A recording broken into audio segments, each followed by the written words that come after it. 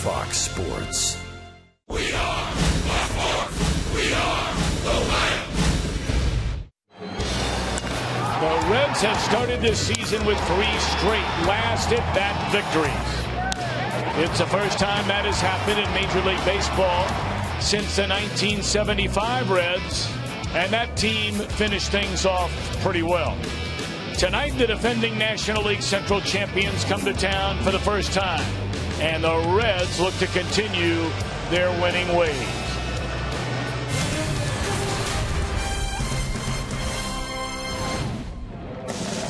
Take a look at those blue skies, bright sunshine, a beautiful night in downtown Cincinnati. Welcome to Great American Ballpark. The first of 3 tonight. Division rivals, the St. Louis Cardinals at 1-1, taking on the 3-0 Cincinnati Reds. Hi again, everybody. Alongside Chris Welsh and Jim Day and our entire crew, Tom Brenneman, delighted to have you with us on this Friday night from sunny Cincinnati. Things have been mighty sunny for this ball club, and in particular, the very impressive start for Joey Votto. And really one of the biggest question marks coming into spring training was how would Joey Votto be? Is he healthy? Can he contribute?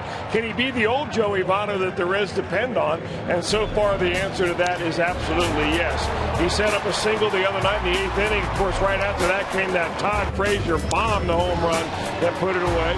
Wednesday, the walk-off base hit, and Votto gets the high fives from everybody in the dugout. And, of course, the home run off a curveball off of A.J. Burnett. Just enough to get it out of here beyond Andrew McCutchen. He has been right in the middle of everything here so far in these first 3 games. One of the real sad, tragic stories during the offseason, we'll talk more about it later, the untimely death of the young Cardinal prospect Oscar Taveras. Shortly thereafter, the Cardinals feel like they need to make a move. They go out and do so by acquiring Jason Hayward from the Atlanta Braves. 25 years old, and he's in his free agent year, Jason Hayward is, and so far he has gotten off to a very good start here. They've only played 2 games, the Cardinals have. They've got rained out 1 game in Chicago, but he's 4 for 9, a couple of doubles. He's batting in the number 2 hole. He's always been a good high on-base percentage guy, and they're expecting big things out of this left-handed hitter this year. Should be fun. The Reds and the Cardinals will play 6 times over the next 10 days. Game number 1 tonight. Boy, you talk about long on experience. Jim Day has more on that. When we return, you're watching Reds baseball on Fox Sports Ohio.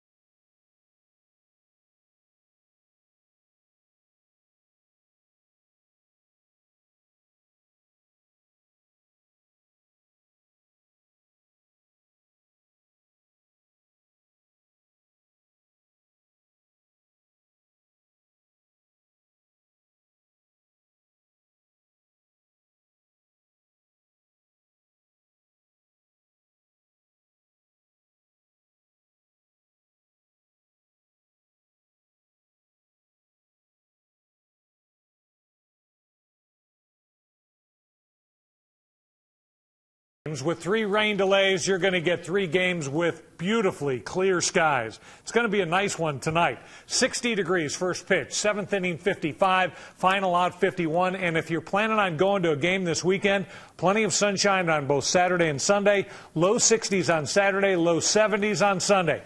Going to be a great homestand with the Cards. So enjoy the weather just like you enjoy this game winner right up the middle. Enjoy the game on Fox Sports Ohio.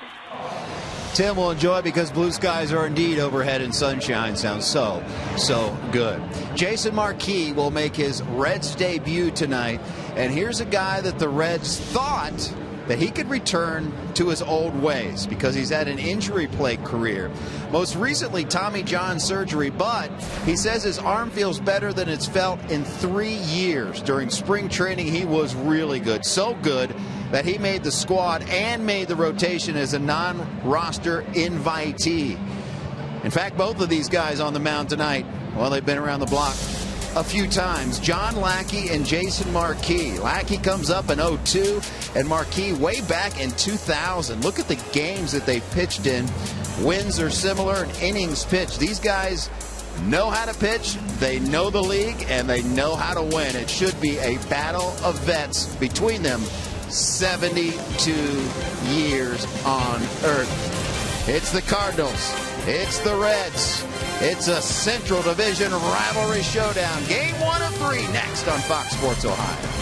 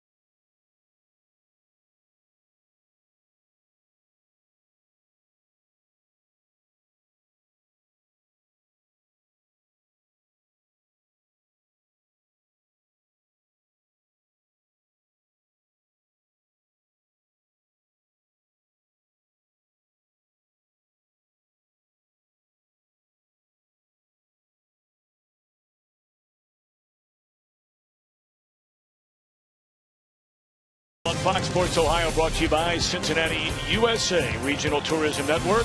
Stay close to CincinnatiUSA.com. By Chevy, check out our award-winning lineup only at your Tri-State Chevy dealer. And by Skyline Chili, feeling good. It's Skyline time.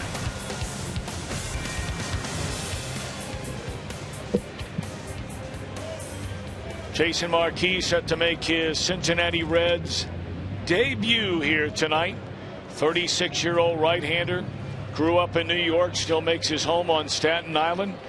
Originally broke in Chris all the way back in the year 2000. We'll talk more about that in a moment. Mike Matheny in his 4th year as manager of the Cardinals. They have been to the playoffs every single season he's been the skipper. Well, he's really guided them, Tom. Of course, he inherited a team that had a habit of winning. That was under Tony La Russa. When La Russa went out after the Cardinals won the World Series, Mike Matheny, who caught for La Russa while Tony was managing the Cardinals, came in as manager. Had no managerial experience, but it didn't stop him from taking his ball club right to the postseason each and every year he's been at the helm. A young man that is from Reynoldsburg, Ohio, right in the shadow of Ohio State University, but he went up to the University of Michigan, and that's where he did his college ball before he got drafted into the pros. Let's take a look at the Cardinals starting lineup tonight, filled out by Matheny, brought to you by Lexus. Familiar names: Matt Carpenter at third, Jason Hayward, the newcomer, in right, Matt Holliday still in left, Matt Adams at first, Johnny Peralta in his second year at short, Yadier Molina behind the plate, a latter third of Colton Wong, the second baseman, Randall Grichuk in center field for John Jay, and the veteran right-hander as well, right-hander John Lackey on the mound for St. Louis. All right, so these are the spring training numbers for Jason Marquis, and you can see how impressive he was. Jim Day led you to believe that he had an outstanding spring, and that is no lie. 7 games, 7 starts, 31 innings, which is a lot for a spring training pitcher. But I think the Reds wanted to make sure they got a really good look at Jason Marquis. He came into camp in shape, throwing the ball well, and for him, throwing the ball well means keeping it down in the zone. He lives and dies by a 2-seam fastball. He throws a little split-action changeup that you're going to see a lot of those. And that changeup, by the way, is going to be very important for him against the left-handed hitters in the lineup. And there are a bunch of them in the Cardinal lineup tonight. Marquis, of course, formerly with the Cardinals, among many, many others. Talk about a great deal. St. Louis traded away J.D. Drew and Eli Marrero. They acquired Marquis, left-hander Ray King, a reliever and a good one, and a young right-hander by the name of Adam Wainwright.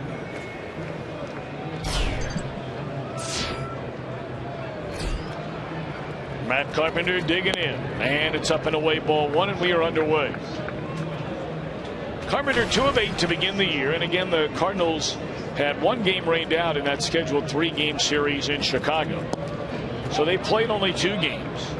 272 a year ago, 8 home runs, 59 runs batted in. He's among the best leadoff hitters in all of Major League Baseball. And he is one of the most patient hitters that you will ever see.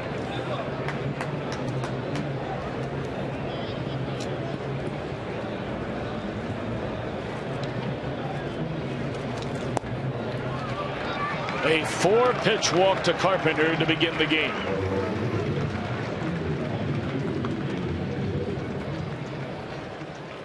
Let's take a look at the defense behind Marquis tonight, presented by Ford, and they have been so good through the first 3 games. Really in every facet have the Reds. Great plays by Bird and Hamilton. Frazier and Cozart. Brandon Phillips fell down and still caught a ball in the win here yesterday. So now the former Brave Hayward had 3 hits in his Cardinal debut. Had 1 hit in his second game, 4 out of 9. With a pair of doubles, and there's a strike by Marquis.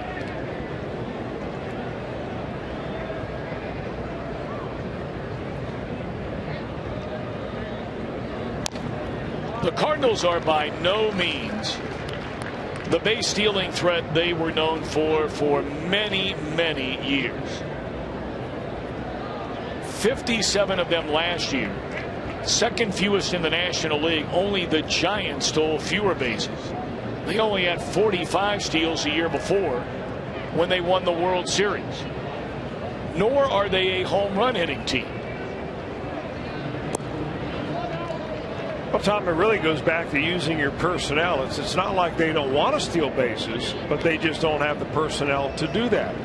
They're a team that hit a couple of years ago as high as maybe anybody in history with runners in scoring position. But what they do very well is get on base.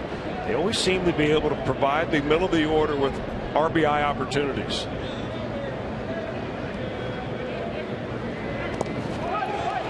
That one in the dirt, and easily advancing to second base is Carpenter. So Marquis Perhaps a little bit nervous here tonight, even though he's been around for a long time. Chris, the butterfly certainly there when you're back in the big leagues again after a lot of time away, and you're pitching for a new ball club. Well, more than 600 days since the last time he pitched in the major leagues, and I think that he wants to show everybody that he belongs. And it could also be a combination of one of these days where you warm up in the bullpen and you don't have the good feel. You hope he doesn't have that kind of day. That's a changeup I referred to earlier. Comes in at 79 miles an hour. His fastball is going to be around 88, 87, maybe up to 90 miles an hour. But Marquis at this point, and he really ever since he went to St. Louis, is the type of pitcher that wants to give the hitter an opportunity to get himself out.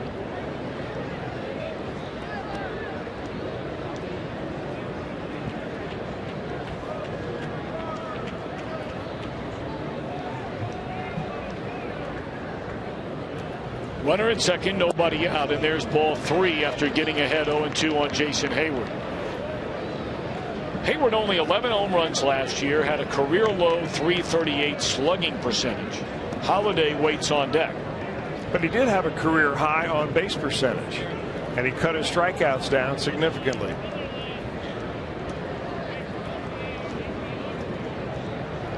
Playoff pitch. Swing and a miss. Ball gets away from Mesoraco. They'll have to throw out Hayward. And advancing on the strikeout in the wild pitch to third is Carpenter, one away in the inning. Well, this is the changeup again, and I mean the bottom just drops out of that. I'm not sure what happened there with Mesoraco on that ball. It was not in the dirt. The runner will go to third base on a ball that just looks like it went right off the pocket of his glove. Looks like the Reds have decided they will bring their infield in here in the opening inning. Runner at third and one away from Matt Holliday. What a career he has had. Off to a good start. 3 out of 8 already with a couple of runs batted in. You know, this bringing the infield in is taking a page right out of the playbook of Tony La Russa. La Russa would never want to give the opposition any run at any time. Even in the first inning, how many times did we ever see it that they would bring their infield in and just play the odds and try to nail somebody at the plate? Keep that run off the board. Blow it away again, and it's 2 balls and no strikes. Of course, really what you're balancing out is you put your infield back, you've got a better chance of getting a ground ball hit by Holliday, but if it's a ground ball to anybody but the pitcher, it's going to score a run. 3-0. 14 pitches thrown so far by Marquis. 10 of them out of the strike zone.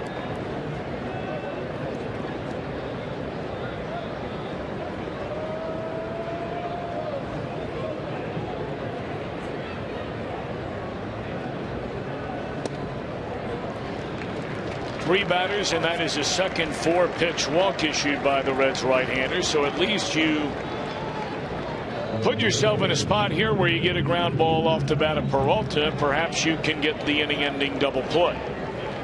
Or Matt Adams, I beg your pardon, coming up. Peralta would be next.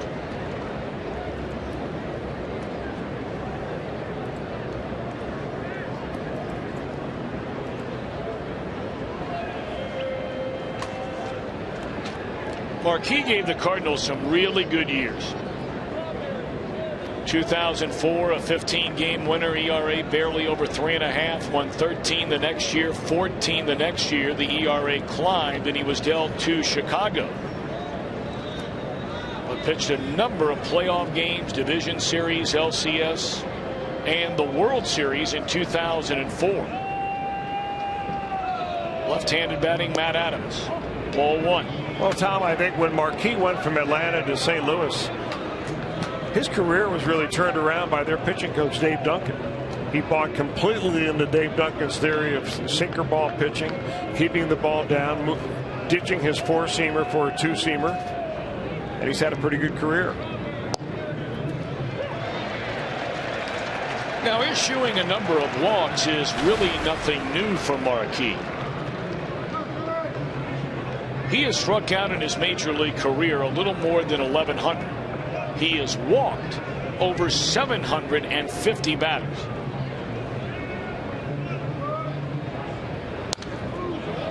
Ahead now of Adams at 1 ball and 2 strikes.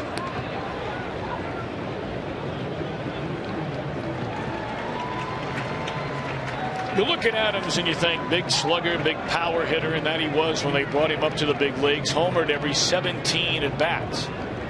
That number slipped to every 35 at bats a season ago. But he is a very good hitter. 1-2 pitch. Just off the corner.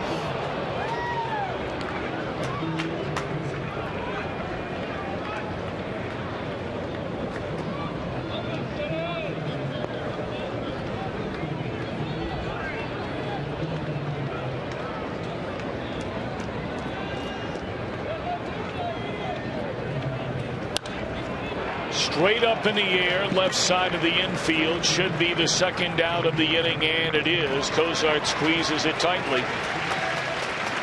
A big out there for Marquis, and 1 more to go with Peralta making his way to the plate. Well, he got that again on the changeup. It's got a very, he'll get some really unusual looking swings on the pitch. There's a lot of deception out of Marquis, and he got a big out right there with Adams popping that one up in the infield. He's got to be telling himself right now, all right, 1 more to go. Don't try to rush it. Make a good pitch right here and let your defense do some action. Johnny Peralta led the Cardinals in home runs a season ago with 20 of them. Runners on the corners, and he's down strike 1. Cardinals raised a lot of eyebrows when they signed Peralta. You may remember in 13 he was suspended for 50 games. He got off to a slow start last year, but finished strong. Fair ball on the third base line, and the Cardinals will take a lead here in the opening inning. Carpenter scores. Double by Peralta. On to third goes Holiday. 1-0 St. Louis. You can see it was a breaking ball that he really missed his spot. Mesoraco sent up down and away. The ball hung right over the center of the plate.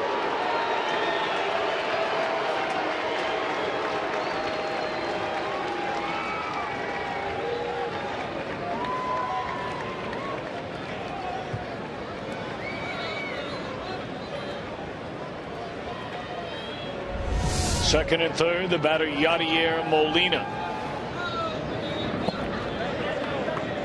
Some of you may be looking at that screen and thinking, is that really Yadier Molina? Chris, he has lost so much weight, you barely recognize him. Intentionally. Not like he's been sick. He's had some knee problems, and they figured that if he take a little weight off, that it would save some of the wear and tear on those catcher's knees.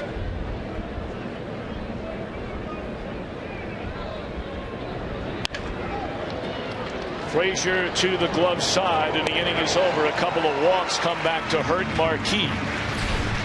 2 walks, a hit. 1-0 St. Louis, and the Reds are coming to bat.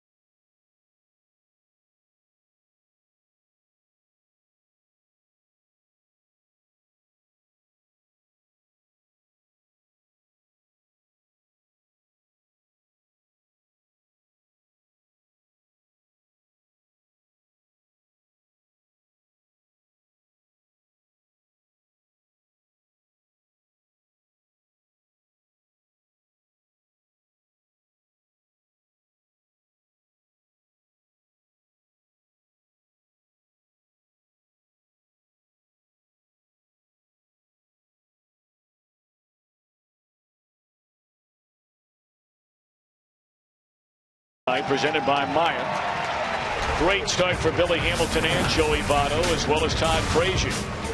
Looking for Mesoraco, Bruce, and Bird to get warmed up. Latter third of Brandon Phillips, Zach Cozart, Jason Marquis against. Right-hander John Lackey. Been around a long time. Well, he, like Jason Marquis, is 36 years old. Big, tall right-hander, 6 feet 6 inches tall, 235, from Abilene, Texas. Pitched mostly with the Angels and the Red Sox before he made his stop here in St. Louis. Lackey last year won a total of 14 games between the two teams, the Red Sox and the Cardinals, 1-1 on Hamilton. The double-figure win total marked the 12th consecutive year when he's been healthy, where he's won 10 or more games. 2012, he missed that season with Tommy John surgery. So he has been about as dependable and consistent as you could want in a starting pitcher for many years. 3-3 for the Redbirds after he came over in the trade last season. PSR IGS bringing the energy, most consecutive wins of 10 or more victories, most consecutive seasons. He had 11, then that came to an end. And he has walked Billy Hamilton to return the favor when Marquis walked Carpenter in the top of the inning. Reds would love the same result for that leadoff man to come around to tie it up.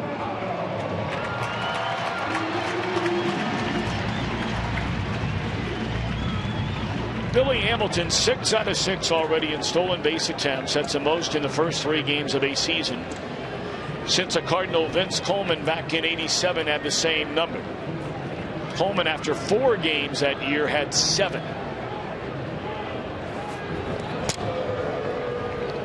And it's interesting to know that Billy Hamilton has never been thrown out by the great Yadier Molina, the best defensive catcher of his generation.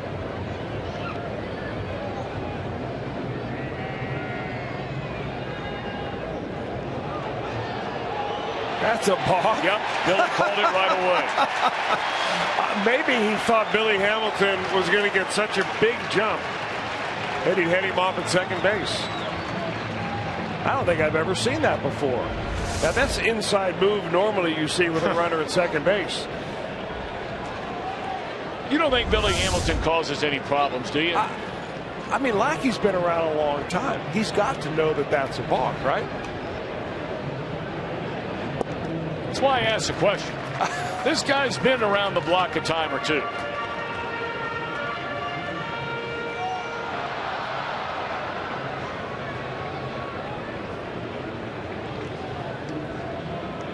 Ball 1 to Joey Votto.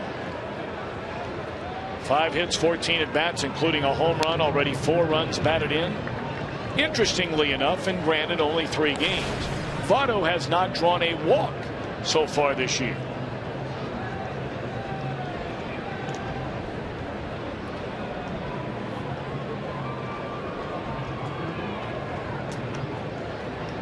Hard to draw walks when you're being thrown strikes.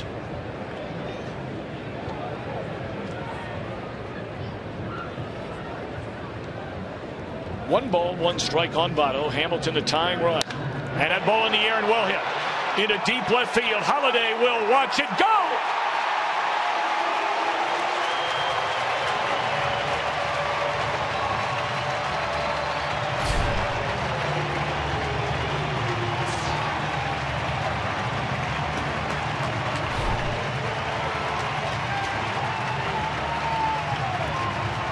Apparently, the neighborhood of that number 2 hole in the batting order is a good one to live in.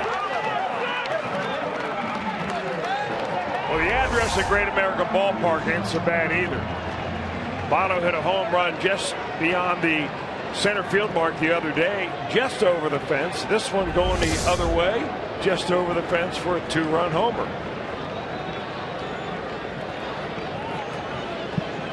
That didn't take long. 2-1 Reds in front as they answer right away. Frazier pops it up right side. Foul ground. 1 out.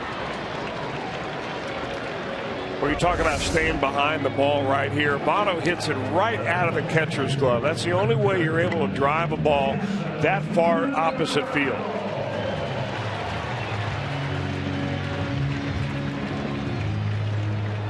Second time, Todd Frazier also with a pair of home runs.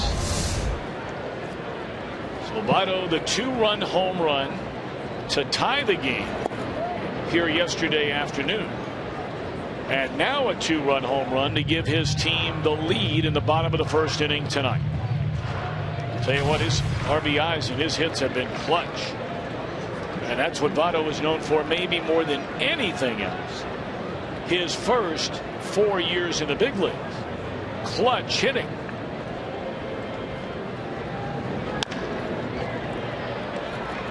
A one-hopper to Carpenter, throws out Mesoraco, 2 away in the inning. What we know about the domination the Cardinals have had over the Reds in recent years. It is a trend the Reds need to turn around if they want to contend in this division. The last 14 series against St. Louis, the Reds have 2 wins in those series, 12 losses. They have lost the last 12 3-game series to the Cardinals. And oh my, in St. Louis, 3-28 with 2 splits. Reds will go to St. Louis next weekend. Peralta in foul ground makes a catch, but Votto making noise. A home run the other way. End of 1. Reds lead by 1.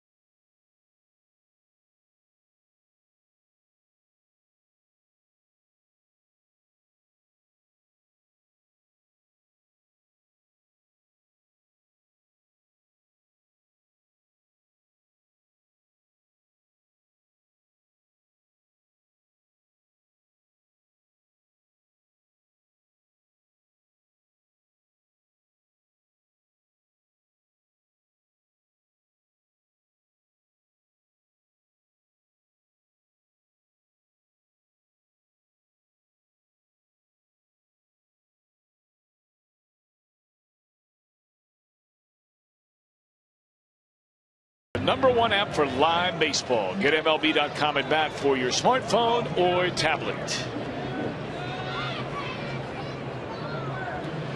Joey Votto, a 2-run home run in the bottom of the first inning. The Reds lead 2-1. Colton Wong looks at ball 1. Wong 0 for 6 so far to begin this year. That one will drift out of play and amongst the fans. 1 ball, 1 strike. Wong only 24. A regular for the first time last year. Had a very streaky season. Wound up hitting .249. Struggling so bad in June they sent him to the minor leagues. And then he hurt his shoulder, went on the DL. But man, oh man, when he came back, he was their best hitter in the postseason. 3 home runs, 3 doubles, and a triple. He can really run.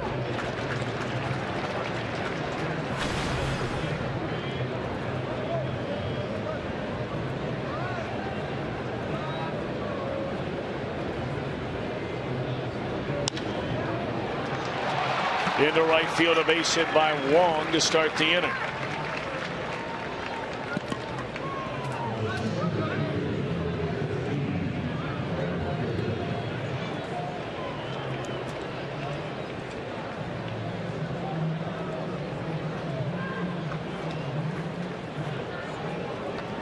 Randall Grichuk, young Texan, former #1 pick of the Anaheim Angels,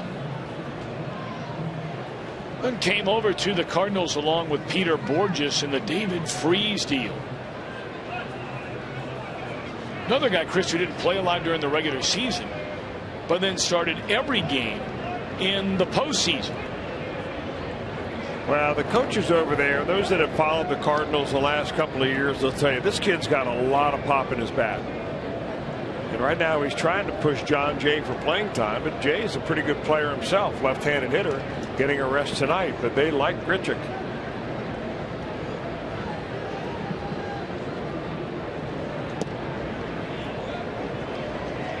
Grichuk became the third Cardinal rookie ever to homer in his first game of a postseason series. Cardinals twice lit up Clayton Kershaw during the playoffs last year, and that's who Grichuk got in his first ever playoff game. 1-1.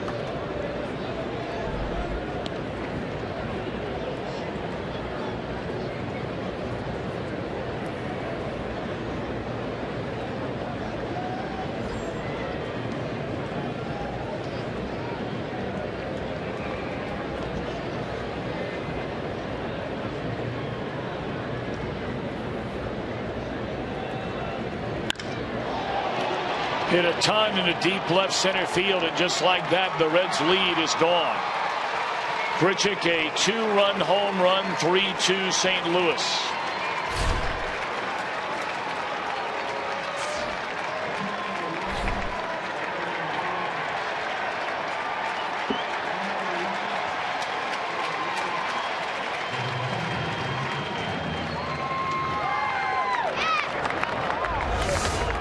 That's the pop I'm talking about right there. When it's a fastball, you want it down, but when you're throwing 88, you throw it up around the letters, you expect to get a brand new baseball back.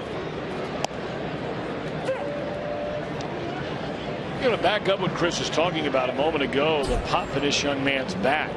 You look over his last 3 minor league seasons. Grichuk hit 65 home runs, 80 doubles, along with 19 triples. That's a lot of extra base power from their young outfielder. Well, he struck out a fair amount of time too, and that's the one question mark he has right now. Will he be able to make enough contact to be an everyday player?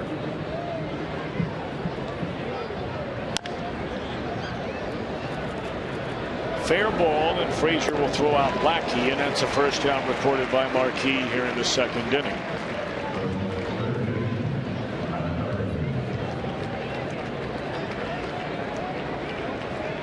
You know, normally what you see, Tom, when you start the season off, you've got ace versus ace as far as the top pitchers in the rotation, #2 guy versus #2.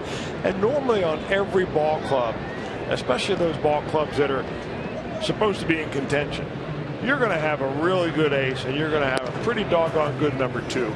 Sometimes your third drops off a little bit. In the case of the Reds, I don't think that's really much of a case, but you're going to see more high-scoring games as you get into, you know, pitchers #4 and 5.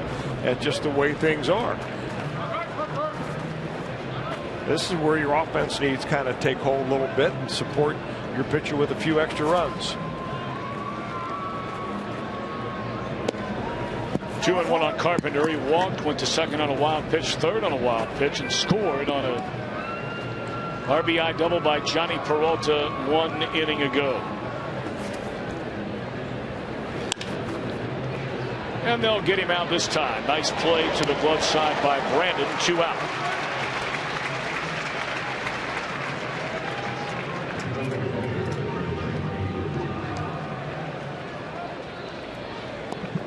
Well, the Reds hoping one streak will continue, while almost unquestionably, I guess you never know, another will come to an end. They want the winning streak to continue And all of us are thrilled. The 3-game streak interrupted by some kind of weather delay will be over tonight.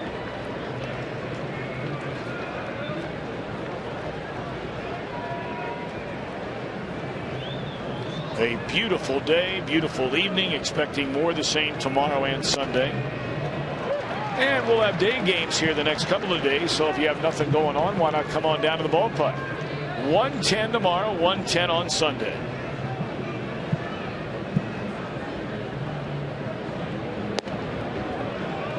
One and two on Hayward.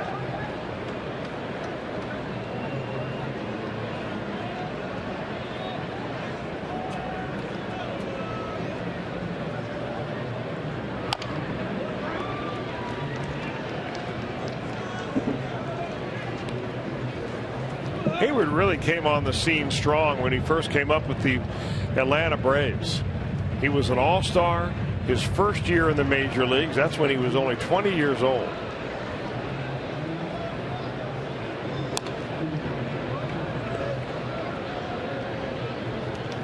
Yeah, Hayward is only 25 now and 5 full years in the major leagues. He is over a year younger than Matt Adams and only 1 year older than Colton Wong. And those guys are just getting their feet wet.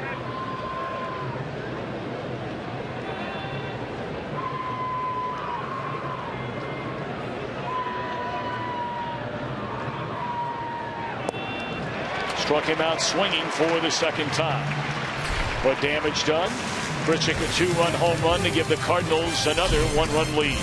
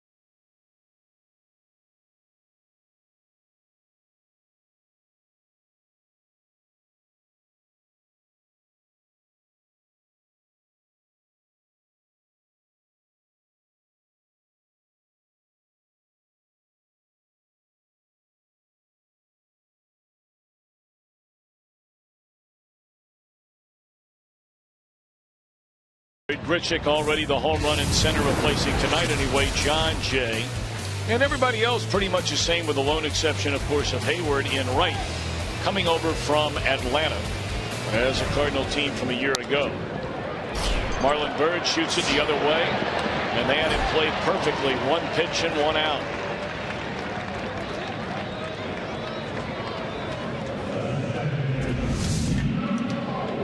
Byrd hit that ball very hard the other day. That ended up being the game-winning play. Dropped by Gregory Polanco to give the Reds that walk-off victory. And he's beginning to try to go to right field a little bit. He did that an awful lot in spring training. And he made the comment after the game that once he starts hitting the ball the other way, that generally means good things are about to happen. We'll see how that plays out. Now Brandon Phillips.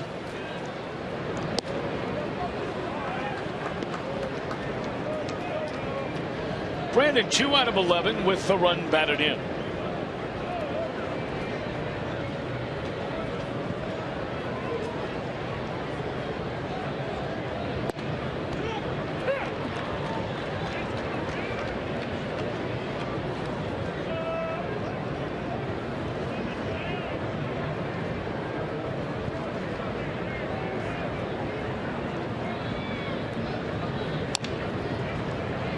Phillips now behind 1-2.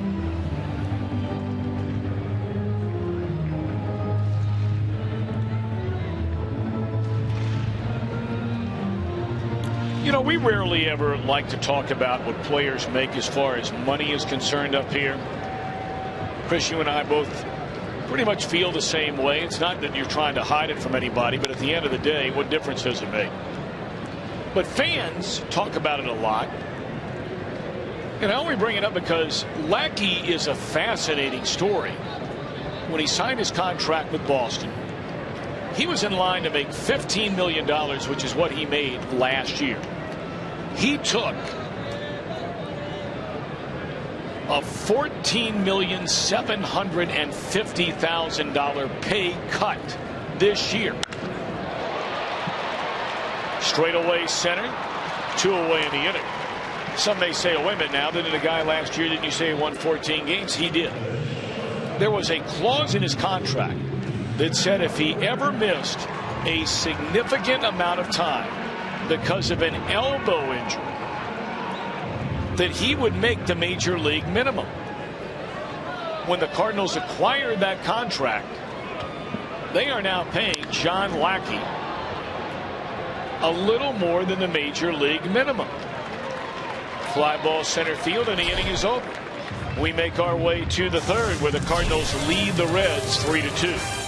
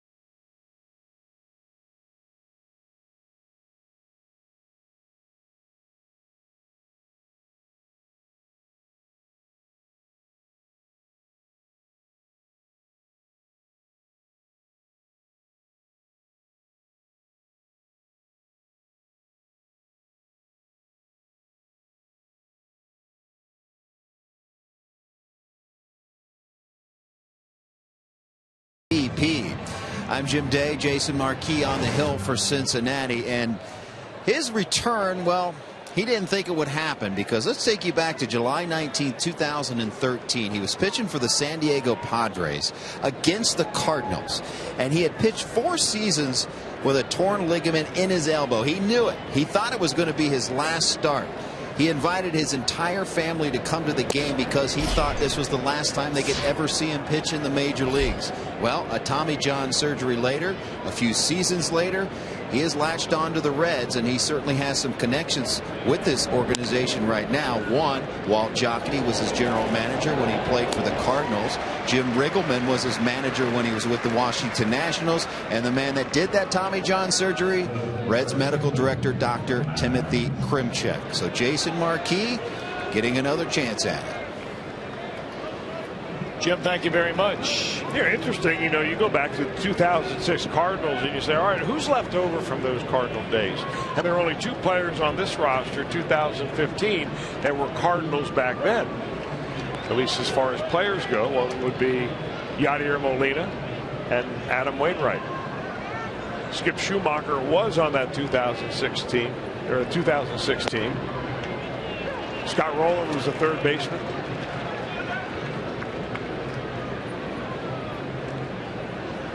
things sure change.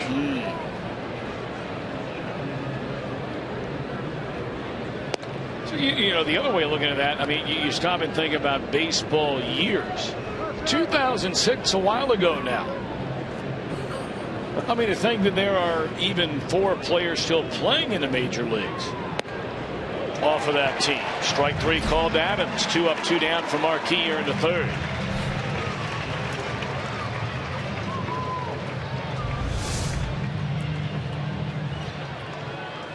A lot of action on that fastball. You can see right there the old front door fastball where you started in off the plate. If you've got enough action coming off your fingertips at the very end of that 2-seamer, you can run it back over for a strike. And you can see the tail on all of his pitches. This is the only reason why he's able to survive at all at 88 miles an hour. Well, 2 up, 2 down. He's been scored upon in each of the first 2 innings. And now a ball and a strike by the man who knocked in the first Cardinal run, Johnny Peralta, with a double up the left field line.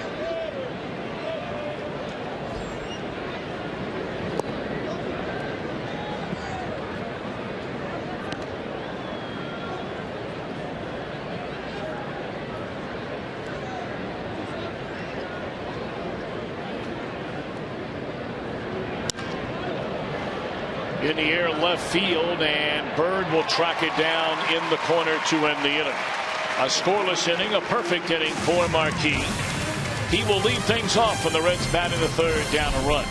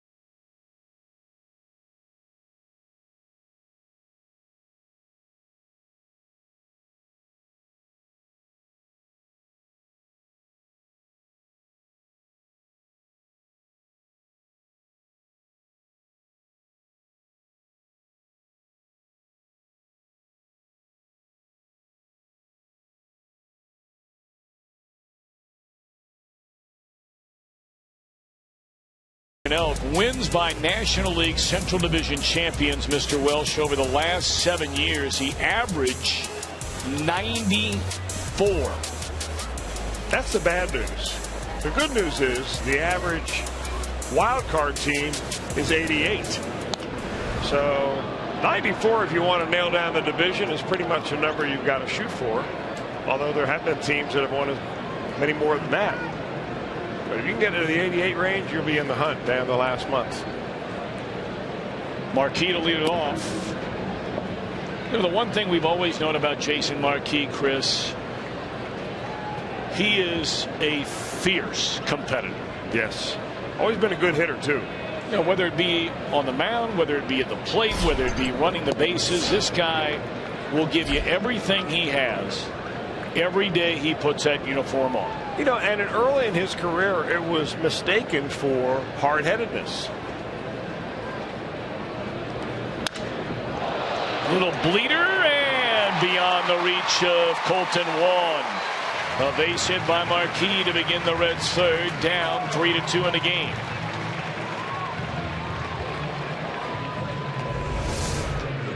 Jason Marquis with a base hit. What's new?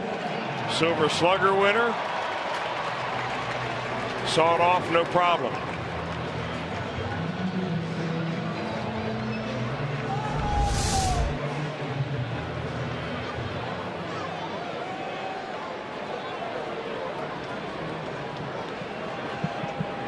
Billy Hamilton walked and scored on the Votto home run in the opening inning.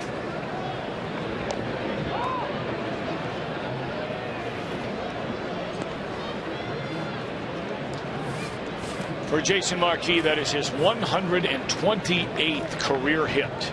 That is the most among all active pitchers in the major leagues.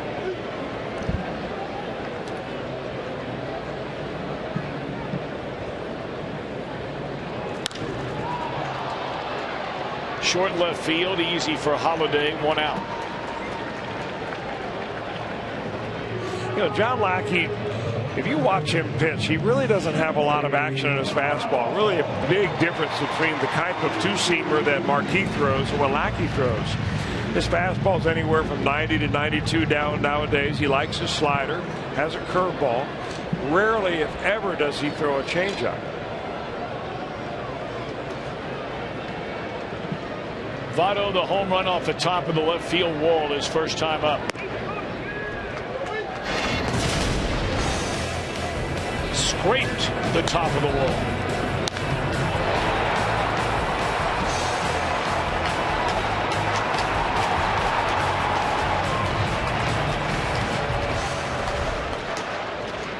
Cardinals scored in the first inning, a couple of walks and an RBI double by Peralta. Votto gave the Reds a lead with that 2-run home run. Grichuk answered with a 2-run home run in the Cardinals' second inning. Marquis at first, 1 away, and it's 2-0 on Joey Votto.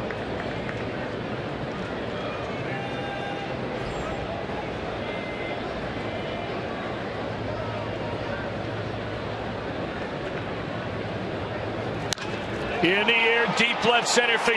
Has he done it again? He's done it again.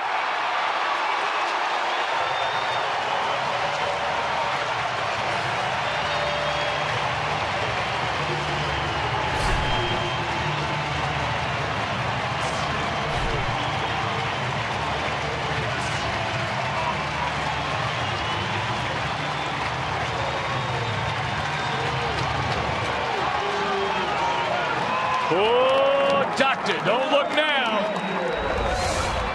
Yeah, you just got the feeling in this at bat, the way Joey Votto looked at him after the first couple of pitches, like, you know, you don't have the pitches to be able to get me out. If I put a good swing on it and you make a mistake, I'm hitting it really hard.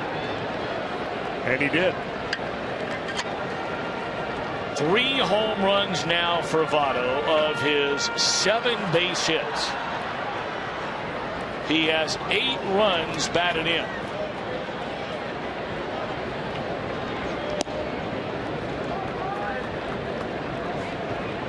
When Votto was right and healthy, perhaps next to Ryan Howard as a left-handed batter,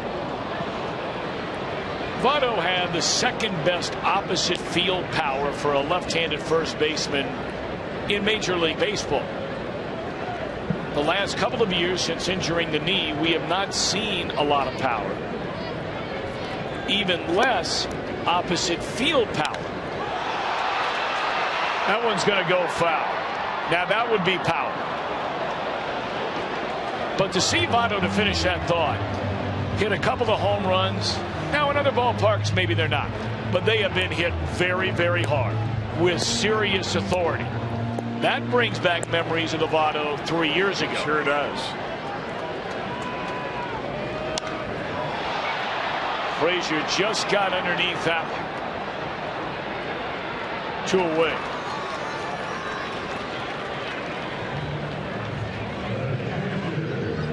Boy, Todd looking up to the skies, heading back to that dugout, smacks his hands together. He knows he just missed it.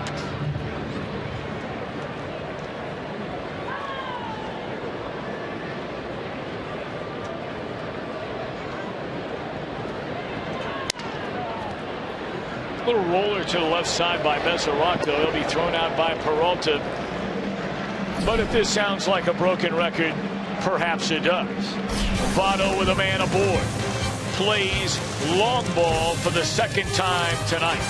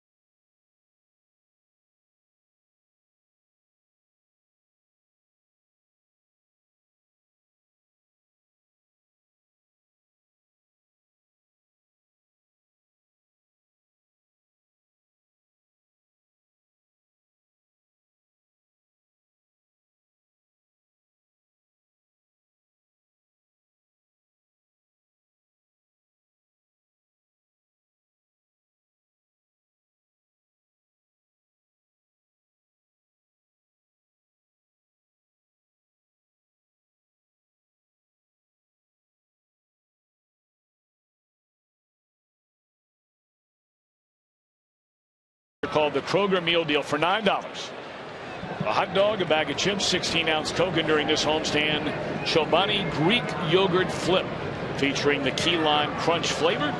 $9 at the ballpark, the Kroger Meal Deal. 4 runs, 3 hits for the Reds. A pair of 2-run home runs from that man, Joey Votto, to the opposite field. Cardinals have 3 runs and 3 hits, including a 2-run home run by Grichuk in the 2nd inning. Marquis scored upon in each of the first 2. A 1-2-3 third. Begins Yadier Molina in the 4th with a pair of strikes. 1-2.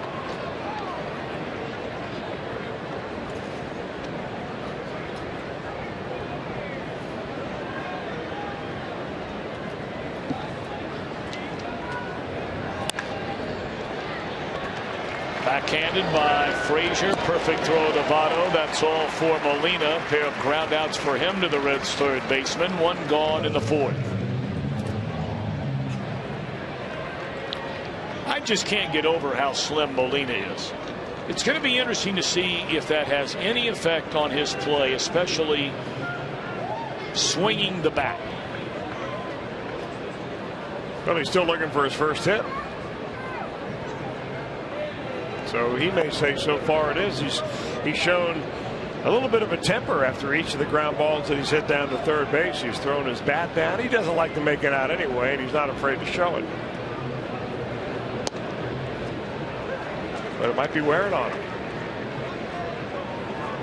You know, if there is a concern about this Cardinal team, at least based on what they did last year, it has to be their offense. Now, they already have 3 runs in the game here tonight. That's fine.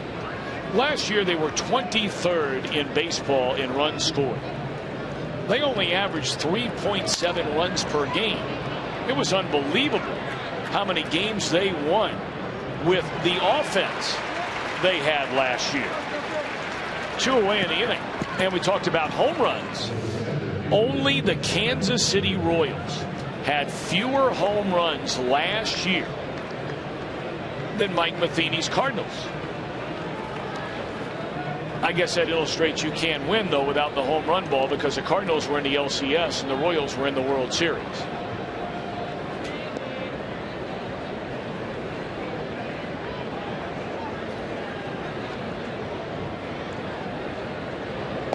Well, it's amazing that you can not only get that far in the postseason, you can get there as a wild card team. The Matheny's already seen that, but last year they won 90 games, so you got to wonder. They did it somewhere along the line by getting clutch hits. 47 of their 90 wins a year ago. They won by 2 runs or fewer.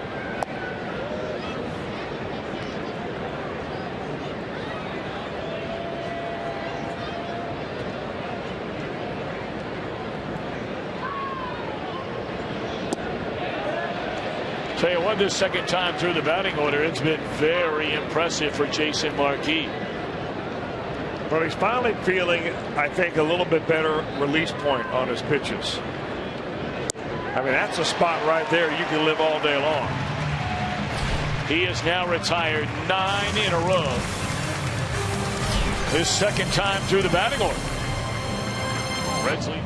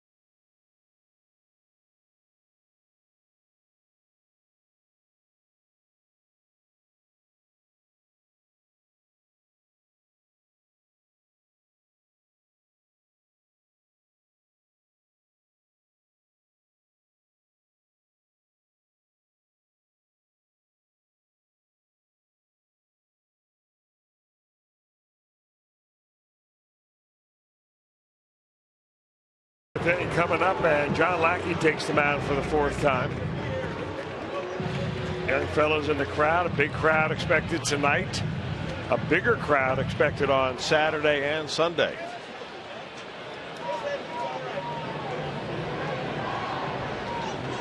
You know, it's hard to tell, Tom, when you look at the back of a baseball cap on a fan stands, exactly where his allegiance lies.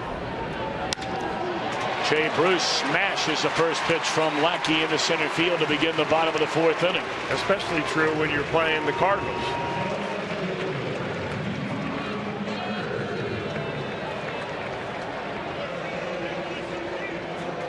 Lackey's given up some hard hit balls. Well, really, you look at the trio that is coming to the plate now. Bird hit a rocket to the right side, and now with Adams having to hold Bruce on at first, that would have been a base hit. Phillips drove his to straightaway center field to the warning track before it was caught, and then Cozart hit the ball hard in the deep left center. Ball 1 on Marlon Bird. 4 runs, 4 hits for the Reds. We're in the bottom of the 4th inning. 3 runs and 3 hits for St. Louis. Opening game of this 3-game weekend series. First meeting of the year between these two. And they'll be quite familiar with one another here in the next 10 days. Friday, Saturday, Sunday here. Next Friday, Saturday, Sunday in Missouri.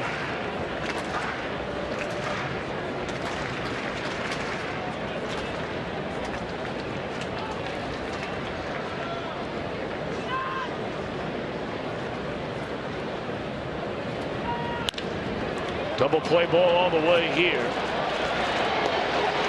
2 down in the inning.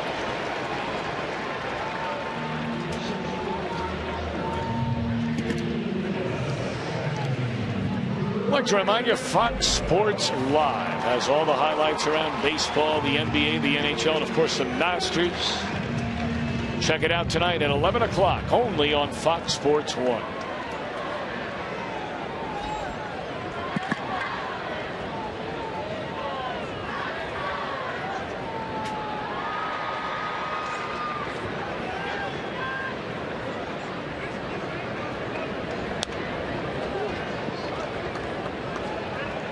The Reds will not be facing either one of the top 2 guns in this.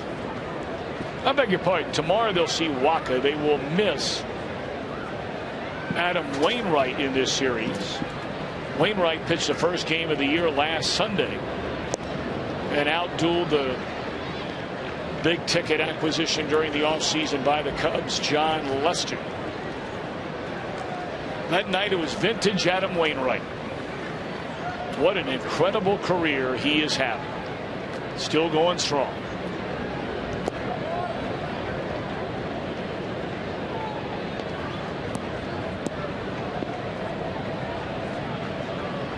Cardinals a little bit different look in that rotation this year. They'll have Lackey the whole year. They traded away Shelby Miller to get Hayward. And they're going with the youngster Carlos Martinez. We'll see him on Sunday.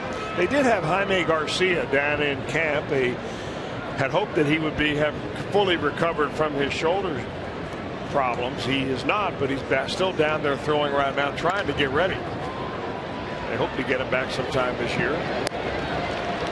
Peralta throws out Brandon, and that will end the inning. We move to the 5th. Reds lead St. Louis 4-3.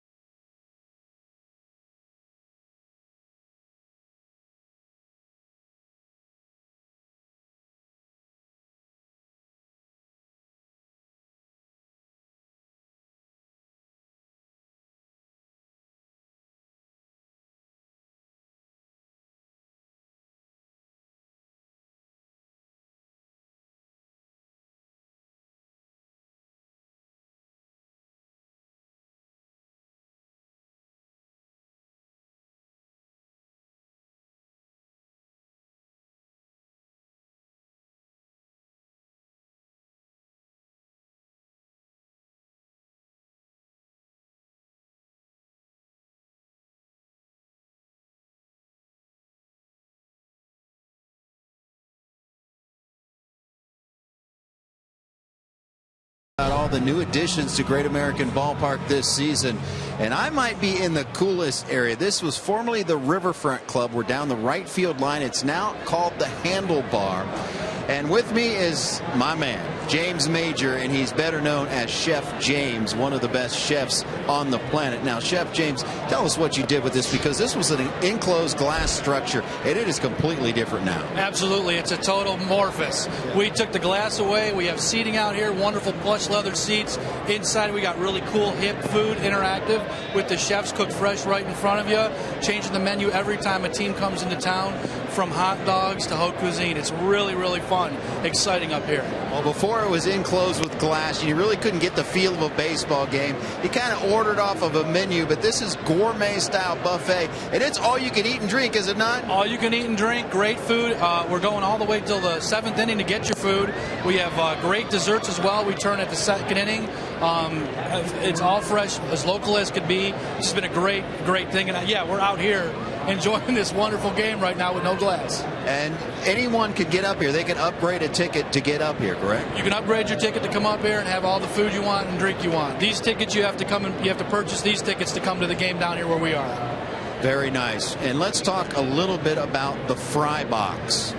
Your invention? Fry box, my baby. It's a team effort we put together with that, but to watch that thing grow and cultivate, you get fresh fries. We got 3 different toppings that you can put on them. With one of them is called the hot box, which is pulled or smoked chicken, hot sauce, blue cheese, and celery. The other one is the pepper box, the pepper pot box, beef, peppers, onions, sour cream, and some banana peppers. And the last one is Mr. Red Smokehouse, pulled pork, barbecue sauce, jalapenos, and nacho cheese. Come on down and get that. Don't want the wet stuff? You get just regular fries and put our own secret dust on it. Well, Tom and Chris, I have already sampled the fry box, and let me tell you, it is off charts. And the Reds are very, very familiar with the show Chopped on the Food Network. Chef James here is a former Chopped champion. That's how good this guy is. In this area, the Handlebar, they have done it right. This is first class all the way. Tell you what, we're going to have to get up there, Chris, before a game one night. Maybe they can sneak a few dishes out a little bit early before we go to work. Tom, my biggest worry is now that Jim Day knows how to get up there to the Handlebar and where the fry box is, we may never see him again. And, you know, Jim, you've lost a lot of weight. I've lost a few pounds. No, you've lost a lot of weight. You're looking good. Well, thank you. The fry box was it was one of my weaknesses today. There's no question about it. And by the way, you don't have to be in the Handlebar to get the fry box. You can get those on the main concourse, so you do not have to have a ticket up here to get the fry box. They are on the main concourse, and they are going to be a big hit. I'll tell you who else is a big hit right now. It's Jason Marquis. First 2 innings, he walked 2 batters, gave up 3 hits and 3 runs. He has not allowed a base runner since the home run. Well, he's made some really good pitches right there. A little slider with some depth to it. That Carpenter knew it right away. He was on his way back to the dugout as soon as that ball went into the glove. 2 up, 2 down. 11 in a row retired by Marquis since a home run by Grisham. He has struck out Hayward twice tonight.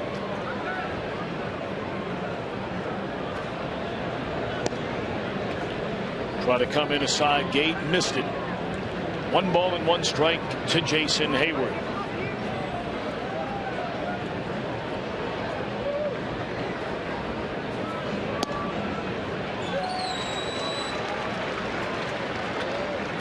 You see a pitch like that, and you almost wonder if Hayward's guessing. That was a fastball, 89, right down the middle of the plate. Well, it ended up in the middle of the plate. But look at the movement. I mean, maybe it's hard to tell from our angle, but I'm telling you that there's a lot of lateral movement on his pitches. And I think that's what froze Hayward. 2-2. Breaking ball swung on and fouled away. You know, Marquis feeling it now. I mean, he's kind of in a little bit of a groove. He's found a good release point. He's pitching quickly from pitch to pitch. I mean, he's ready to go, waiting for the hitter to get back in the box. And with that same thought in mind, perhaps that's why Hayward waited till he almost began his windup. Timeout, right back in there. 3-2.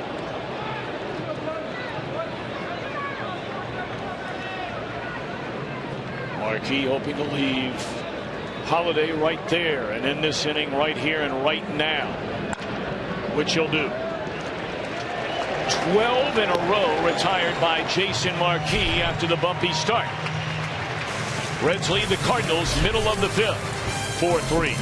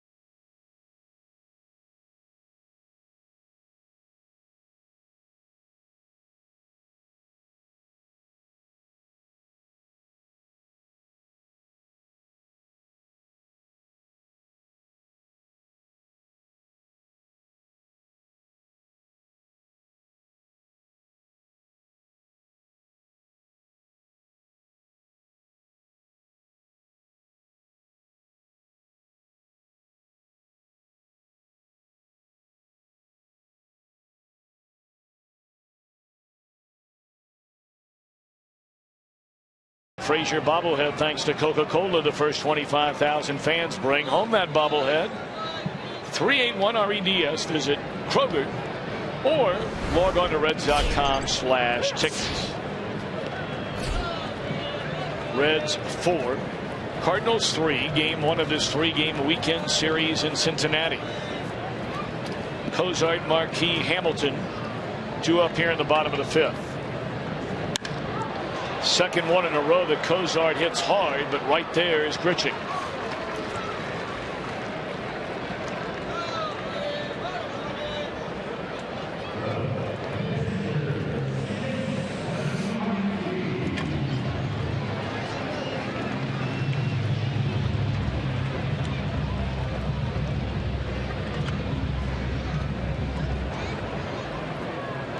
Marquis singled to lead off the third inning, and he was aboard when Votto played long ball for the second time in the game tonight. And he hits another rocket, but this one into the glove of Peralta.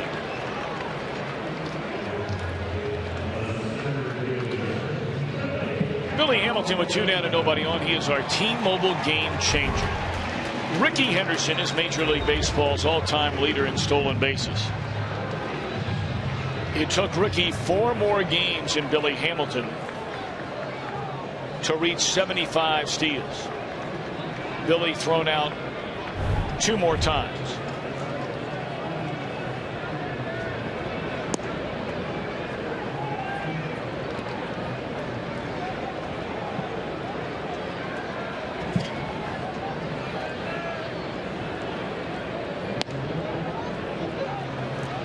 Joe Morgan stops by regularly up here in the booth, and we visit with him, one of the great base stealers as well in the history of Major League Baseball. And he talked about last year how Hamilton was getting on base and running too early. Billy's trying to change that this year, and so far so good. A 1-2-3 inning for Lackey. End of 5. Reds lead the Cardinals 4-3.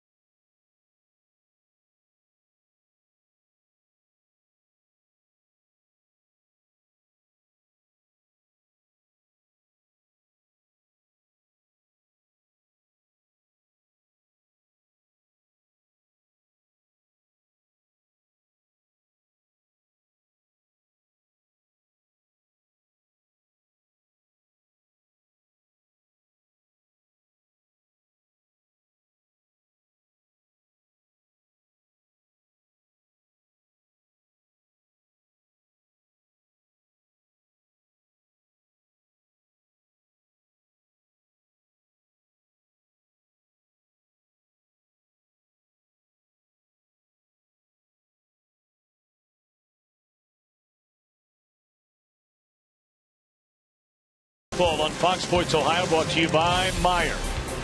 By your local Ford dealer. Ford, go further. And by Cincinnati Children's Hospital, ranking 3rd in the nation on the U.S. News and World Report's best children's hospitals in America.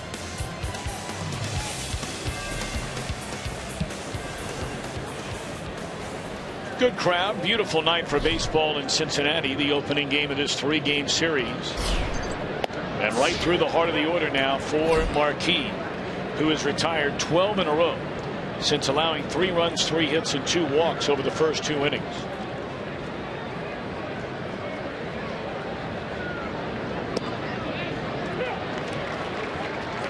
I'll tell you, they're not even really getting that many good looks at his stuff. I mean, it gives you a little inspiration if you're not a pitcher that is sitting at home and throwing 95 miles an hour, that Jason Marquis can show you how you can get it done with less than great major league stuff. I mean, it's all about movement and location. He's got both of those working tonight.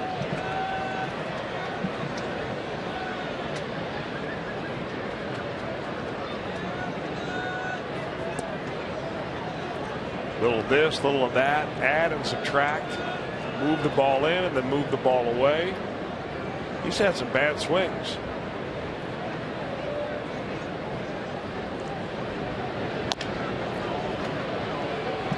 Do or die play here, and really no chance for Phillips by the time he got there. So the string of 12 straight retired by Marquis comes to an end on a bouncing ball about 70 feet. This game tonight, of course, a big matchup between these two Central Division rivals, but they're being picked up all over the place. Just got a text from some people down in Siesta Key, Florida. The old spring training headquarters of the Reds down there. The Niehouses, Greg and Maria, are standing by watching. Little Betty and Big Betty are watching tonight. They're having a good time.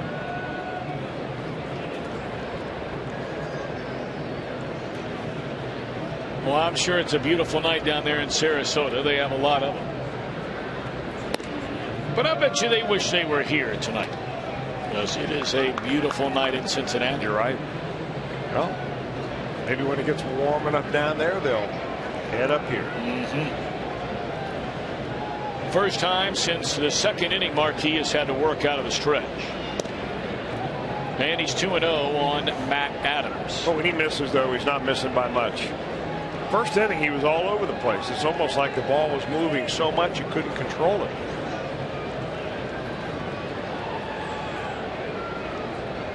Two 2-0 on Adams, who has worn out Reds pitching in the short amount of time he's been in the big leagues. They'll have to hurry. They get one, and do they turn it? No.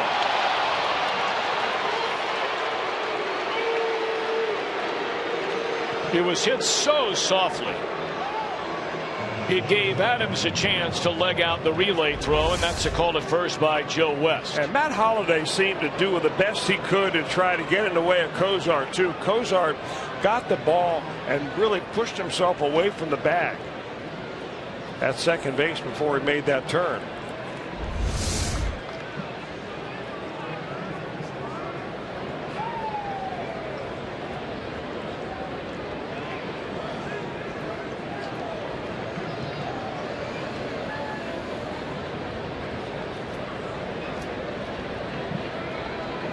Peralta, an RBI double by a diving Frazier up the third base line in the first inning. And then he flied out down in the left field corner. A ball run down by Marlon Byrd in the third. Reds lead by a run. We're in the top of the 6th. Double play. He broke the wrong way. It looked like Phillips never saw it. Either that or he lost it when it came off the bat. Was the umpire in the way? I don't think so.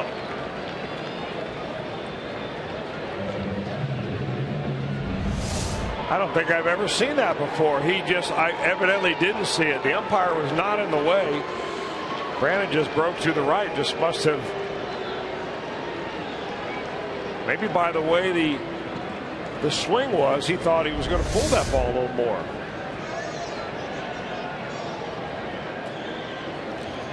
Well, the base hit allows Holliday to go all the way to third. So now Adams, I beg your pardon, and now the Cardinals have a tying run 90 feet away on a bouncing ball over the mound for a hit. And a ball the best defensive second baseman in the league never picked up.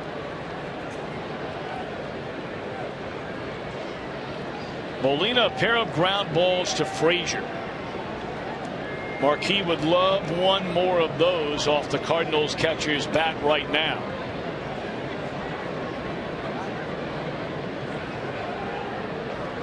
Yadier off to a slow start, 0 for 8 with a couple of walks. You compare that to last year when he got out of the gate very hot, hit .344 in the month of April.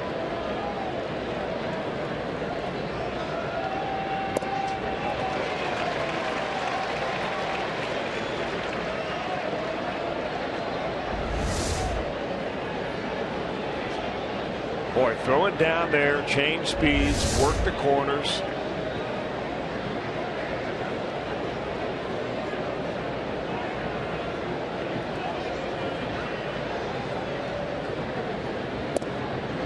Oh, and 2.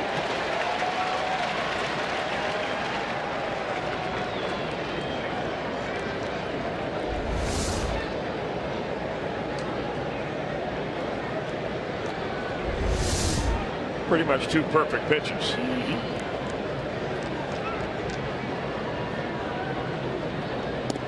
Went out there one more time with a breaking ball, and that is all for Molina. 7 strikeouts in the game now by Jason Marquis.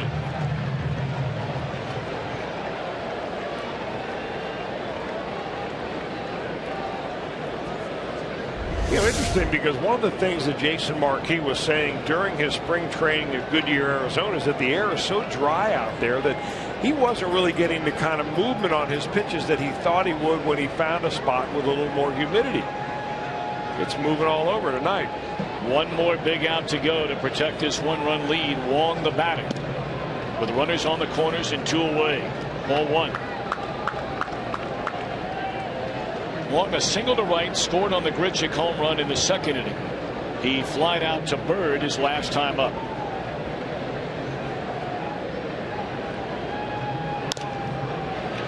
In the air, coming a long way to get it, but getting there indeed is Bird, and what a job by Jason Marquis. Reds still lead by a run.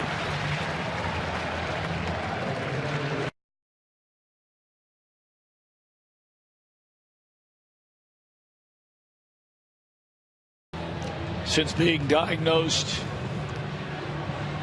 with a brain tumor a little more than a year ago, Lauren Hill from Mount St. Joe's passed away today at the age of 19. Our thoughts and prayers with so many who knew her and loved her, and God rest her soul.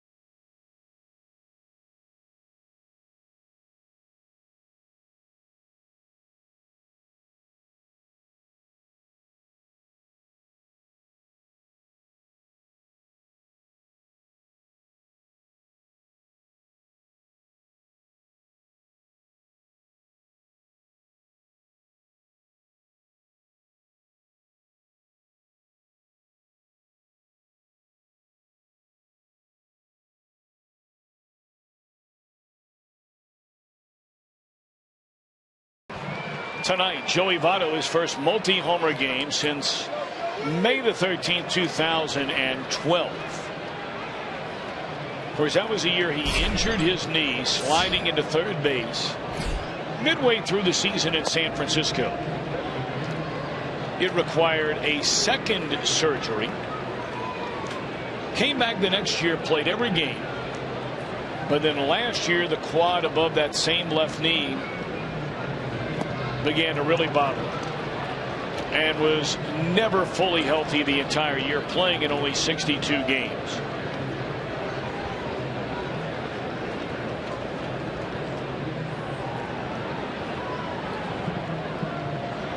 Two-run home run to left in the first, two-run home run to left in the third. Lucky going to get him out this time.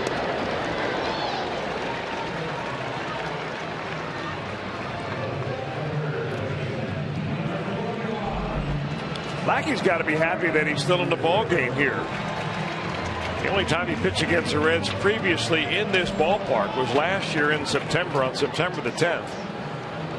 And he was pitching pretty well, but didn't last past the second inning. Got him into an argument with the home plate umpire, Tom Hallion, and eventually ejected for arguing balls and strikes.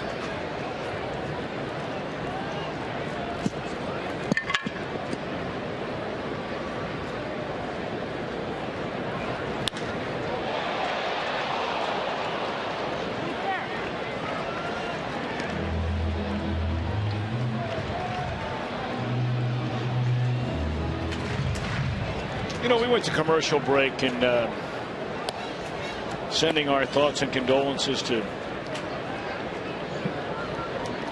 the passing of Lauren Hill, Indiana native. And well, I tell you what, her family through that, what must have been just a lot of very devastating days, knowing that it was really nothing the doctors could do. Her courage was extraordinary, all the money she raised and living to try and end cancer and fighting cancer. For her family, we have thought about you frequently since we first learned her story. Very brave girl.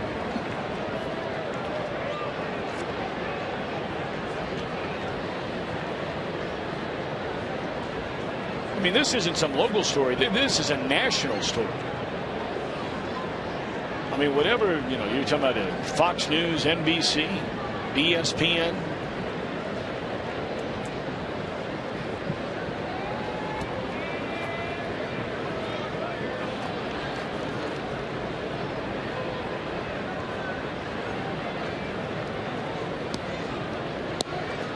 Three and two to Frazier, one out, nobody on. Reds leading by a run. And there's ball four. He didn't miss by much. Lackey, in fact, really wanted that call. Only the second walk of the game for Lackey. He walked the first batter he faced, Billy Hamilton, who came around to score, of course, on the Votto home run of the first inning. He thought he had this one. No.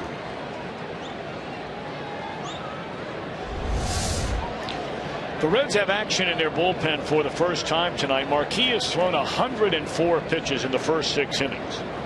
And that is right-hander Kevin Gregg. We have not seen him since opening day.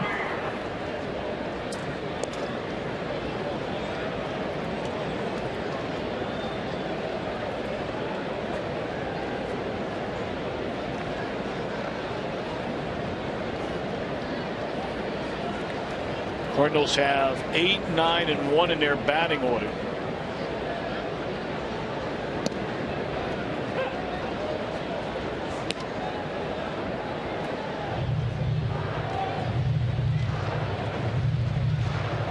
Told you Marquis has thrown 104 pitches in this game. Lackey has thrown 61.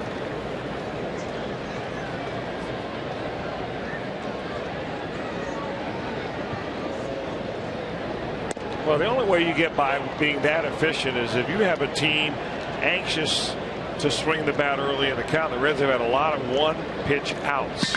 Now, doesn't mean to say that you should start being not aggressive at the plate. Sit back and wait till you get in the hole 2 strikes. But they've been swinging the bat.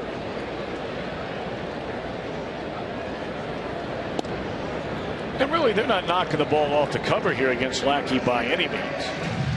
All of the damage has been done on a pair of two-run home runs by Votto. The Reds only have two other hits. One by the pitcher Marquis on a broken bat, and the other a single by Jay Bruce to lead off the fourth inning.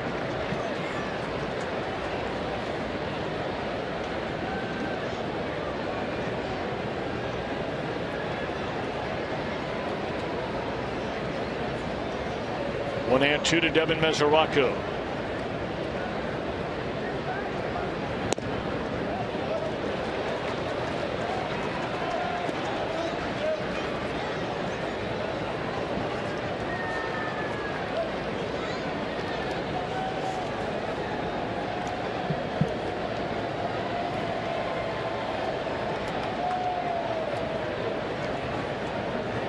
Send Frazier here to stay out of a possible double play. He was not running on the pitch. Fly ball into center field. And that's out number two. Frazier remains at first. Well, for Red, it's a home run off a Toyota sign out there in right center by the Tolstacks.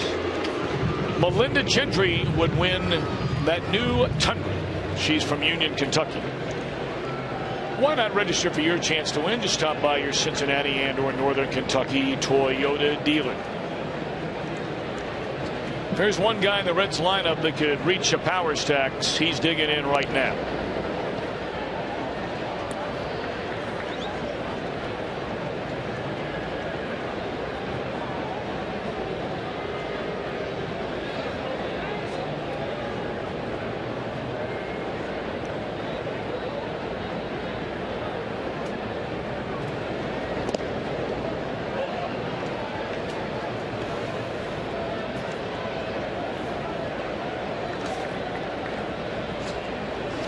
Cardinals have four left-handed batters in their lineup tonight. Three of the first four in their batting order. Bruce a drive into deep left center field. Grichuk at the wall and will make the play to end the inning. It's a big-time play by Grichuk. He went a long way to get to that. He started in right center field.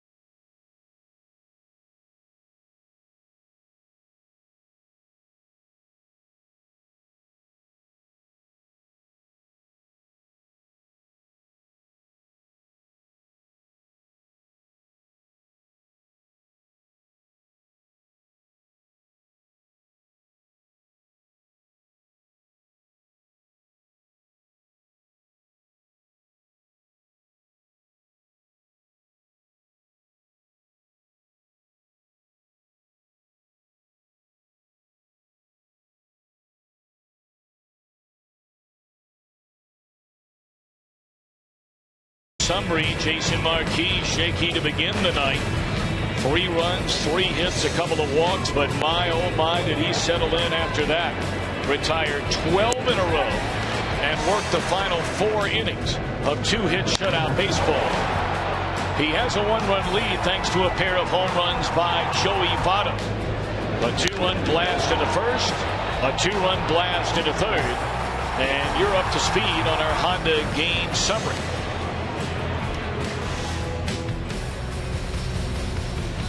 been a busy Reds bullpen here the first 3 games of the year. Kevin Gregg made his Reds debut on opening day, and it was not a good debut. 2/3 of an inning, allowed 2 hits, 2 runs, including a home run to Andrew McCutchen. He has not pitched since. He's in there now. I don't think they're going to just give up on Kevin Gregg because he had one bad outing.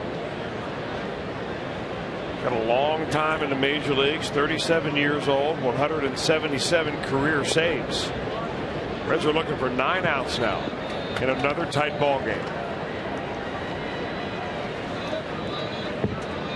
The Reds have won each of their first 3 games in their final at bat. 8th inning in the opener. Chapman nailed it down. Walk-off wins each of the last 2 games.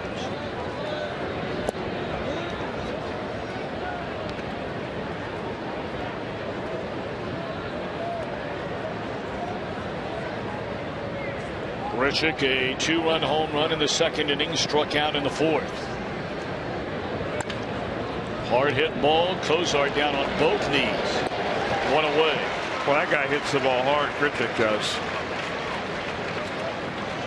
Cardinals going to go to their bench, and their regular center fielder will come on to bat for Lackey. That's John Jay. This guy has been an underrated player and a good, solid player for a long time. Last left-hander they have available. Left-handed bat, that is. Lackey, 4 hits, 4 runs in 6 innings. Walked 2, struck out only 1.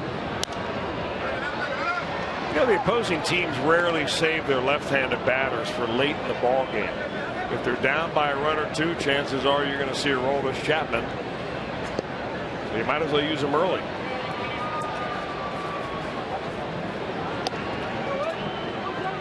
Tell you the other reliever we have not seen come out of the Reds bullpen since the season opener is Manny Parra. He has faced 1 batter. 1 pitch.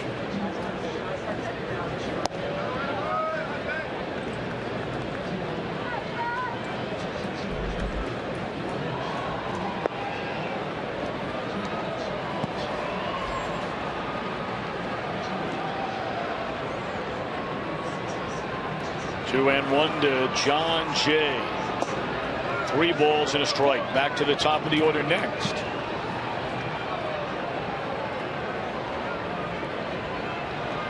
Well, speaking of Parra, you know left-handed batters will follow this left-handed hitter.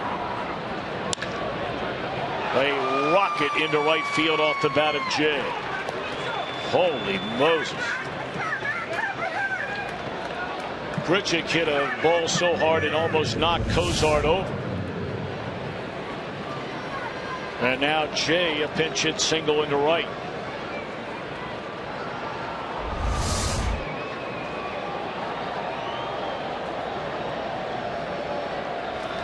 Well, even with Parra ready to go, it appears as though Brian Price will stay with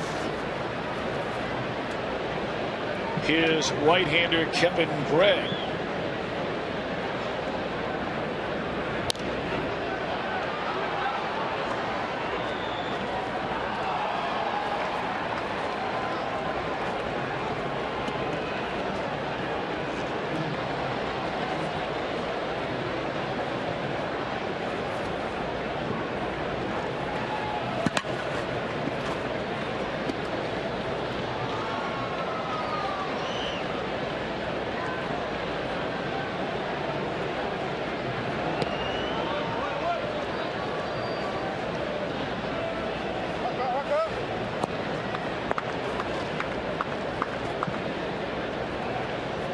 Well, if you're wondering in Carpenter's career and how he might fare against right-handed pitchers as opposed to the lefties, here's a 1-1. And that's just a little bit low. 2 balls and a strike on Carpenter. He has been the best leadoff hitter in the National League the last 2 seasons.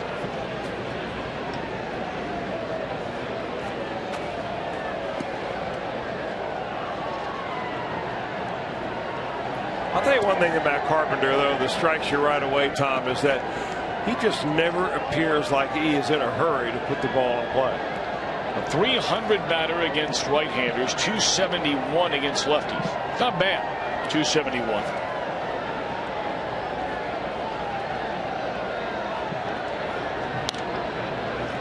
You know, you talk about Carpenter, he only swung at 33% of the pitches that came his way last year. That was the lowest swing rate of any batter in Major League Baseball. So he's the guy who is responsible for the slow games. It's all on Matt Carpenter. Well, I'm not afraid to pin it on a Cardinal.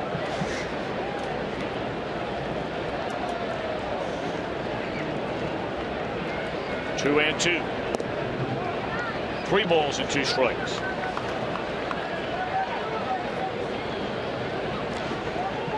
Jason Hayward next. Carpenter tonight is 0 for 2. He walked to lead off the game, scored on the double by Peralta.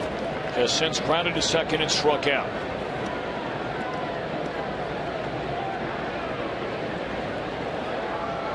Kevin Gregg needs an out.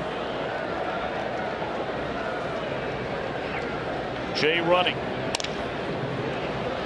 Off the glove of Votto, and everybody's safe. You know, as many games as Votto and Phillips have played together, and you got to figure in instinct to go get the ball. But Brandon Phillips is standing right behind Votto. And this is their 842nd game started together.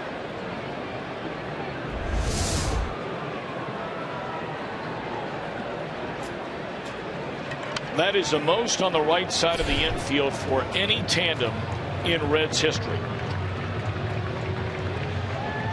It is scored a base hit. Gregg will leave. Parra is our Skyline Chili call to the bullpen.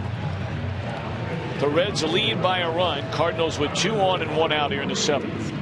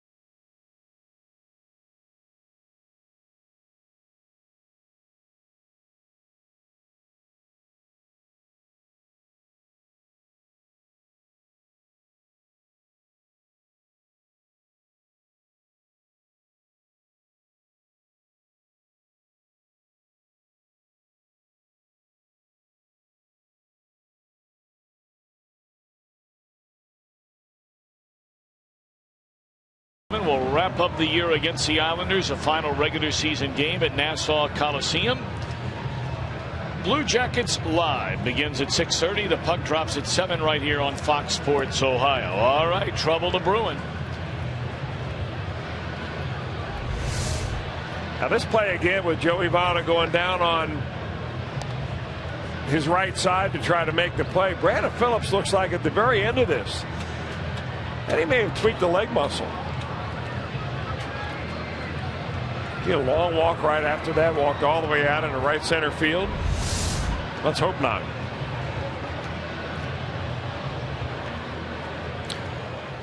Manny Parra threw 1 pitch, allowed a base hit on opening day. We have not seen him since, and now he walks into the game to face Jason Hayward. With 2 on and 1 out, the Reds leading by a run here in the 7th. Reds have J.J. Hoover, a right-hander, cranking it up in a hurry. Right-handed batting Matt Holliday is next.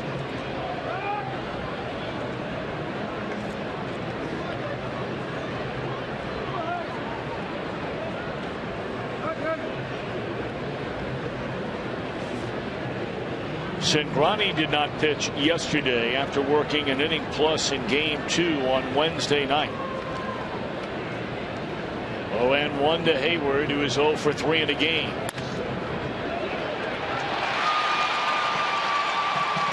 Base hit into center, throw goes into third, and the runner is out at third base, but this game is tied at 4. Manny Parra has thrown 2 pitches this season and given up 2 hits.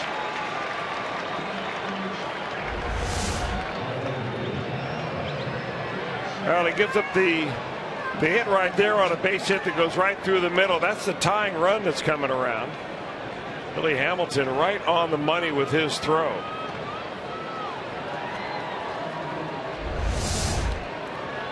Well, I would imagine they're going to walk. Yep, they are. They're going to intentionally walk Holliday and let Parra just stay in the game rather than burning a third pitcher in the inning to face this right-handed batter. Adams, a lefty, waits on deck.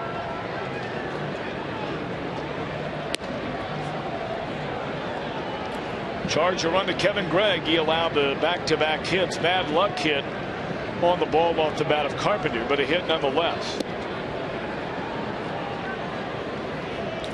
And certainly a curious decision made by Brian Price. We brought it up at the time. He had the right-hander Gregg facing the right-handed batting Grichuk to begin the inning. John Jay was announced as a pinch hitter. He stayed with the right-hander Gregg. Base hit into right. Left-handed batting Matt Carpenter stayed with Gregg. Infield hit before making the call to Parra to face Hayward.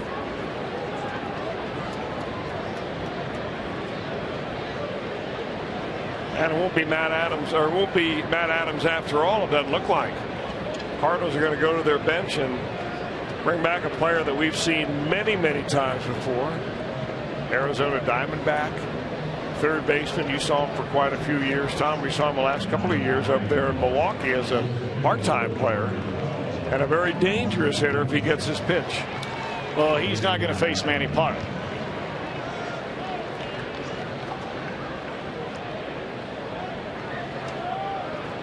J.J. Hoover will be brought on from the bullpen. Parra faces 2 batters, allows an RBI single and an intentional walk.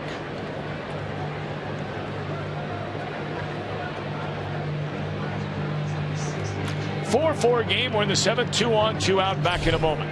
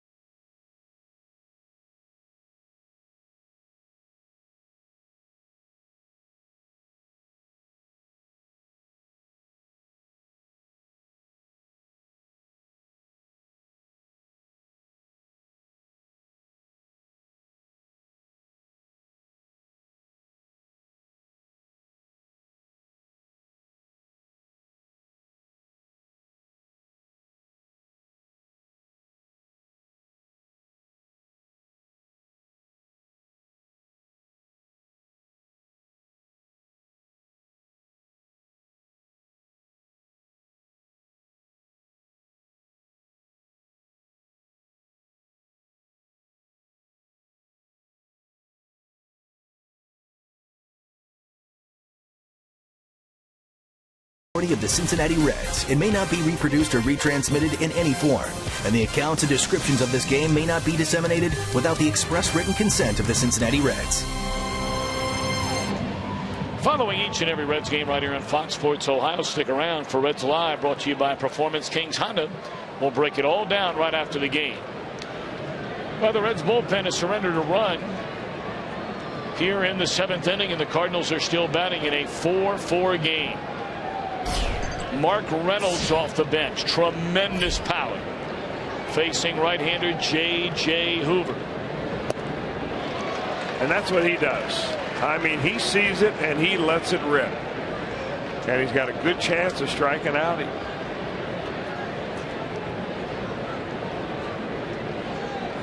But if he gets a pitch in his zone, he can hit it as far as anybody.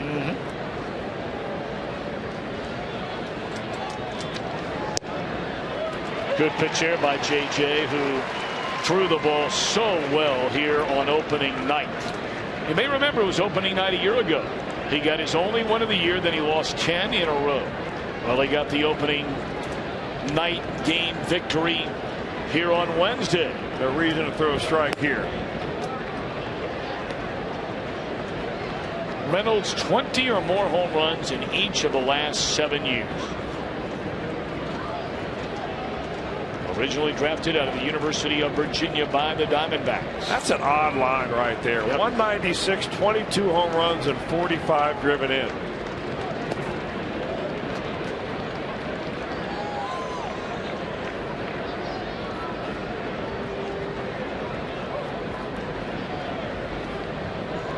Well, this will be the action pitch for Hoover. We talk about it all the time. You get late into ball games and you get 3 balls in a count on a batter. More times than not, very bad things happen. 2-2 pitch. Foul away.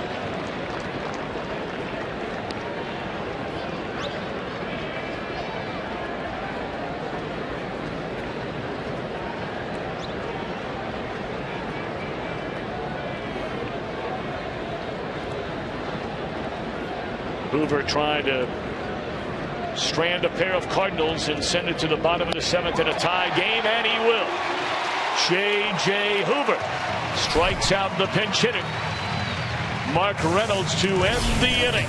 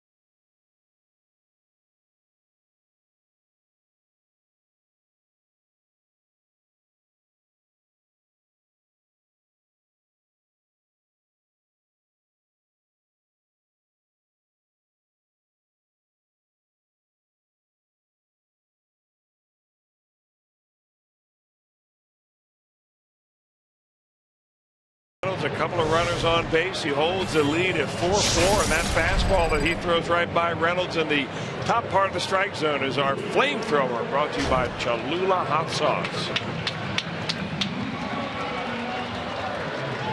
It's a nice start for J.J. It is, and it's a guy that in his career has given J.J. somewhat of a hard time. 2 for 4 with a home run, Reynolds has been. And he'll go over and take over at first base. Seth Maness, a ground ball machine out of the Cardinal bullpen since coming up to the major leagues 2 years ago. Marlon Byrd to be followed by Brandon Phillips and then Zach Kozak. Cardinals jumped out in front 1-0. Reds took a 2-1 lead. Votto hit a 2-run home run after the 2-run homer, and this ball in the air to right field. Hayward with room. And Maness a big, deep sigh of relief.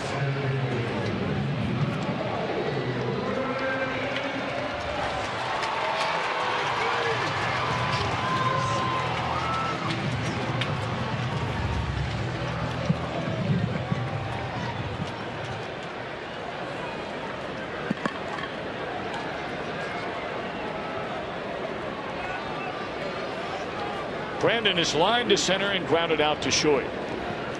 Reds have not had a hit since Bruce led off the 4th inning with a single. Bird bounced into a double play. Their only base runner since a single by Bruce, a 1-out walk to Frazier 1 inning ago.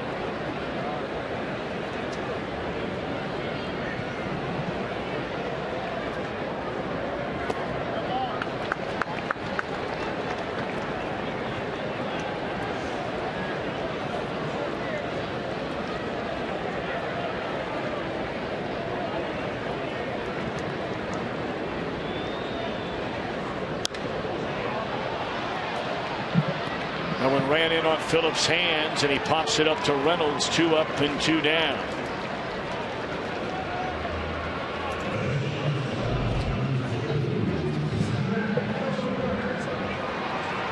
Cozart 0 for 2, a couple of loud outs, both line drives to the center fielder Grichuk. Brennan Bosch stands in the on-deck circle. Hoover's spot due up next.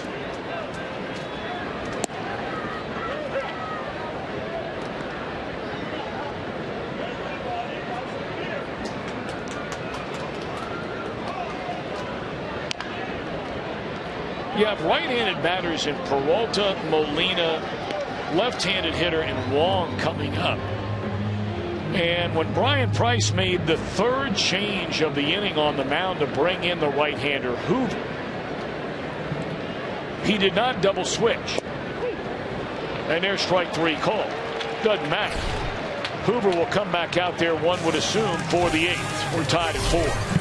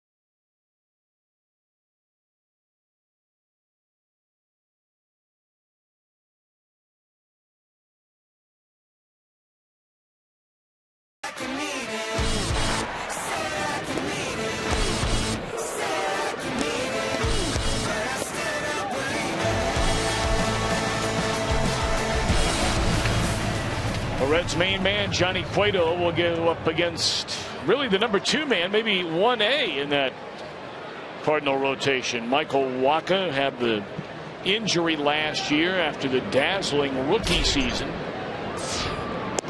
Johnny spectacular on opening day. Bullpen couldn't hold a 2-0 lead. 7 shutout innings with 10 strikeouts. Can't wait for that tomorrow. 4-4 game. Hoover to face Peralta, Molina, and Wong. Reds Live, the pregame begins at 12:30 tomorrow. It's brought to you by Ray St. Clair Roofing.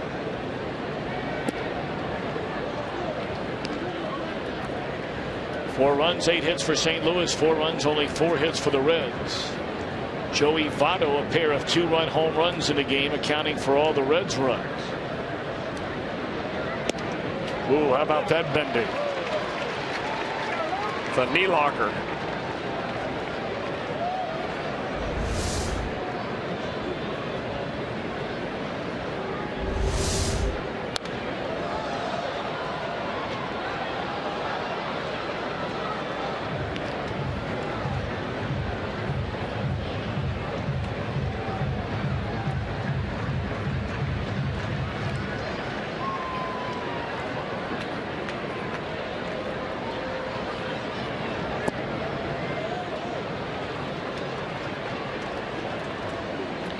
Peralta, an RBI double down the left field line in the opening inning. Has since fly to left and singled again into center field. Struck him out. Good breaking ball down and away from the right-handed batting Peralta. Interesting there, because when he needed a strikeout against Mark Reynolds, he went with the high fastball, and I'm wondering if Peralta was looking for the same pitch. That kind of a swing right there on a pitch clearly out of the zone.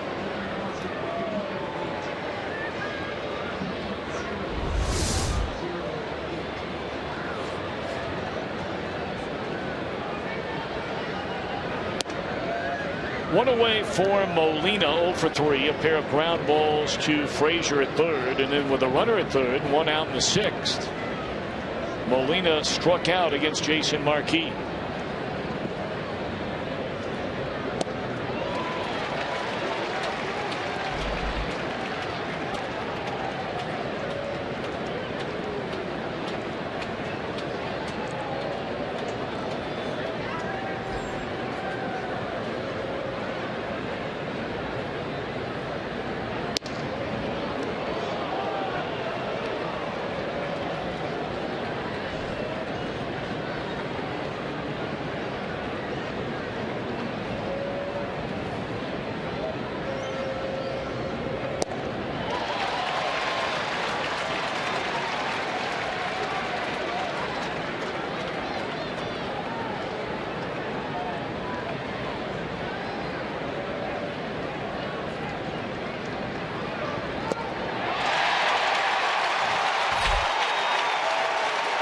Molina 0 for 4 tonight.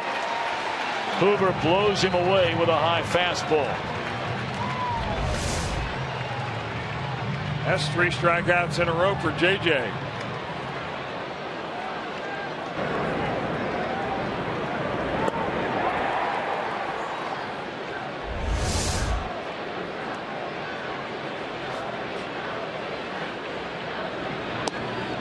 First pitch breaking ball and a dandy to the left-handed batting second baseman Colton Wong. J.J. Hoover was describing to me in spring training really the mechanical problem that he had last year all year long. And it's the most common of all pitching maladies. He was just simply flying open with his right side. He worked over the winter on it. He worked in the spring on just keeping that front side closed, and boy, it's made a difference.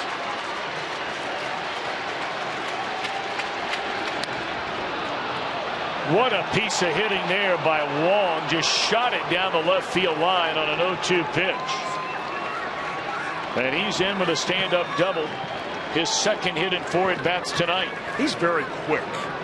You know, sometimes almost too quick defensively, if you know what I mean, and not necessarily a smooth-handed.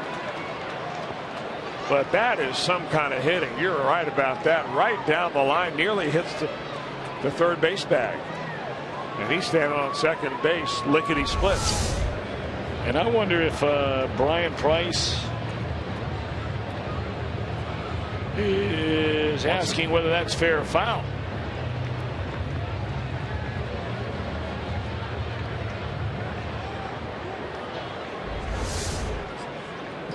It's where the ball crosses the bag or a piece of the bag, not where it bounces after it goes over the bag. That was clearly a fair ball, at least from our camera angle, which is pretty much right down the line. All right, now Grichuk 1 for 3 in the game, had the home run in the second inning. Just off the outside corner, ball 1. Reds had a 4-3 lead until the 7th. Cardinals tied it up against a duo of Gregg and Parra. Hoover able to get the final out. Strikes out the first 2 here in the 8th inning. Before the double by Wong, a ball and a strike on Grichuk.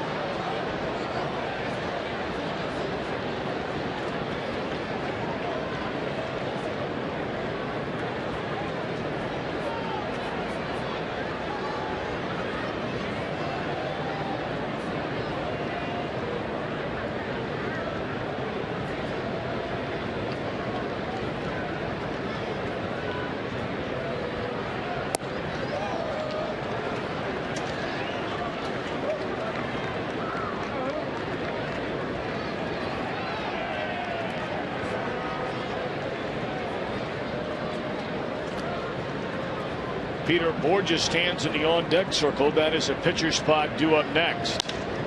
Ground ball.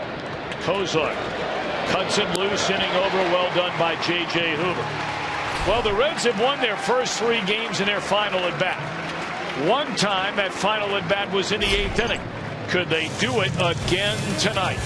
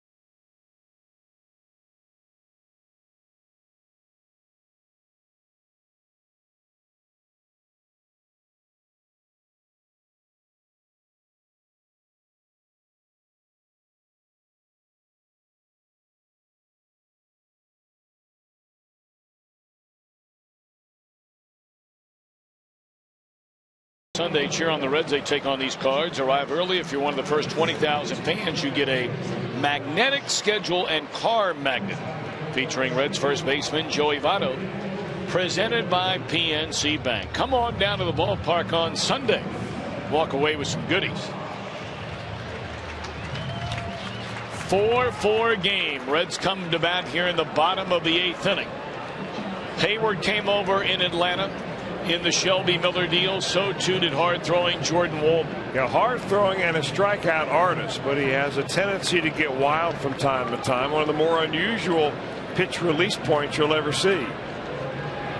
When he is actually in the air when that ball leaves his hand. Kind of a jump step when he pushes off the rubber. Doesn't just push towards the plate, he pushes himself into the air.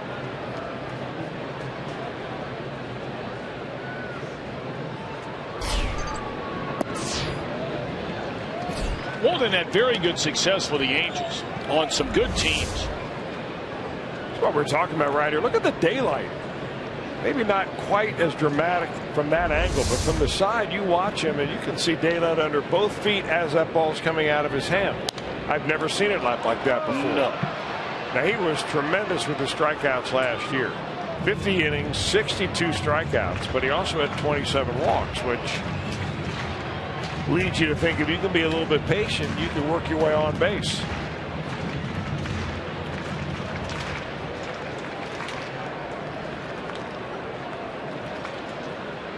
Brennan Bosch off the Reds bench had an unbelievable spring out in Arizona. Pretty good rip right there.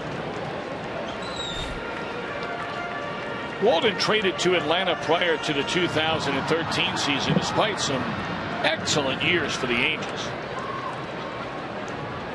But the Angels needed starting pitching, so they acquired Tommy Hanson in the trade.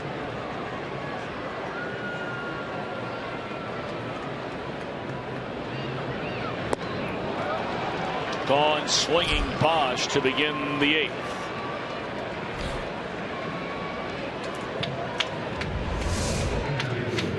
There's another freeze frame of Walden when he's actually in the air. That toe might be touching a hair. No, it's not. I see some daylight under there.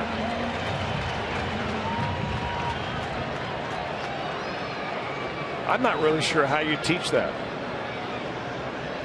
I've taught a lot of pitching over the years. I wouldn't know where to begin. Interestingly enough, though, he went to Grayson County College, community college. That's the same community college that tonight's starter for the Cardinals, John Lackey, went. Small world. It's a big state.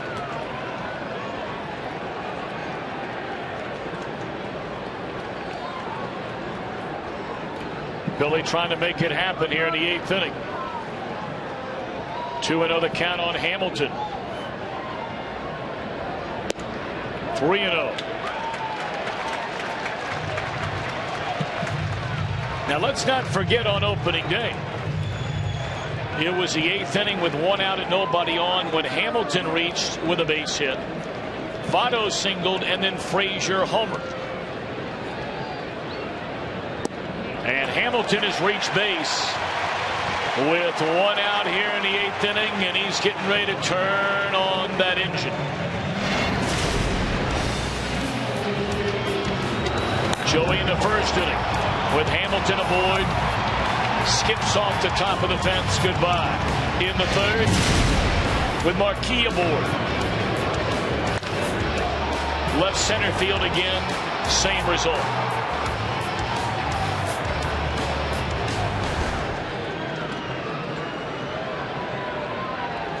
Votto has 35 plate appearances going back to last year with Billy Hamilton on in front of him. He has 11 hits, .355 average, and 3 home runs. 5 for 8 this year with Hamilton on base. 2 home runs. Ball 1. Well, you got to figure that Jordan Walden is thinking about 2 different things and probably not what he should be. One is Billy Hamilton at first base. The other is don't make a mistake to Joey Votto. And when you think like that, sometimes you take away your aggressiveness of really going after the hitter. Hamilton running. And he is in there safely. His 7th stolen base in 7 attempts. And he is still perfect against Yadier Molina. 7 of 7 against him. Right now, Mike Matheny is on the top step of the dugout. He's about to try, maybe signal to the umpire for a review. I think they take a look at this, and you're going to see his hand is in there.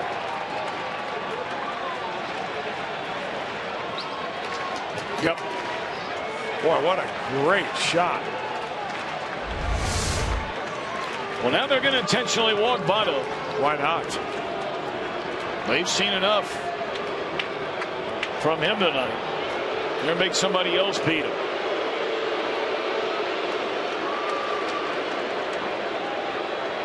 Hope Billy didn't hurt his hand on that slide. You may remember he did that the first weekend of the season last year. Remember that rainy night in New York when he jammed his thumb and his wrist? You know, I don't know why, if he's done it before, why he doesn't wear one of those protectors. He goes so hard into that bag. We'll take a good look. It's definitely his left hand that he's been rubbing out there standing at second base.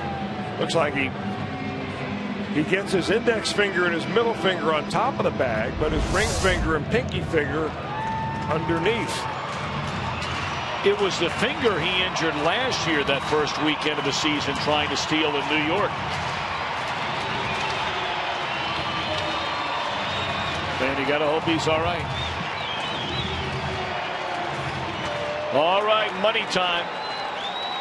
Frazier broke a 2-2 tie on opening day with a 3-run home run. Breaking ball away, and Hamilton will advance on to third. Molina could not find the baseball.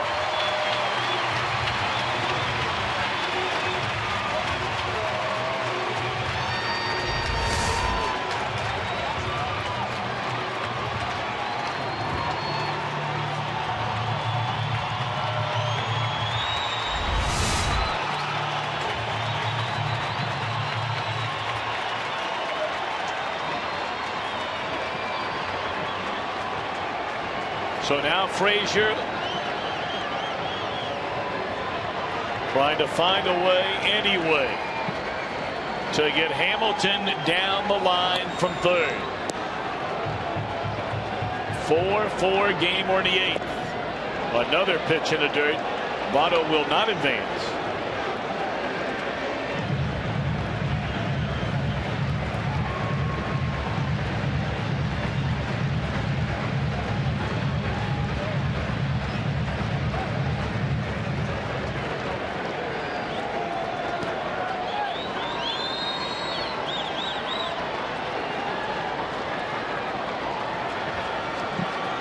Reds and Cardinals tied at 4. We're in the bottom of the 8th inning. Votto's running. And how about that? A sneak attack.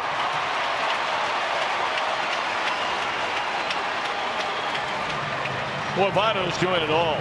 He already has 2 stolen bases this year.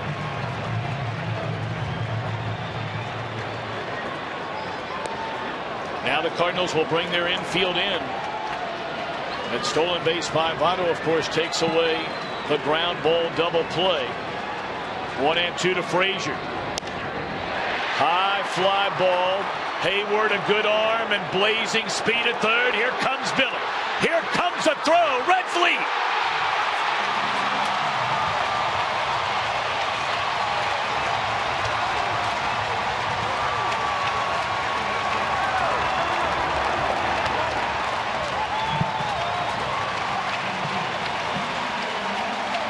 Billy Hamilton sprinting up and down that dugout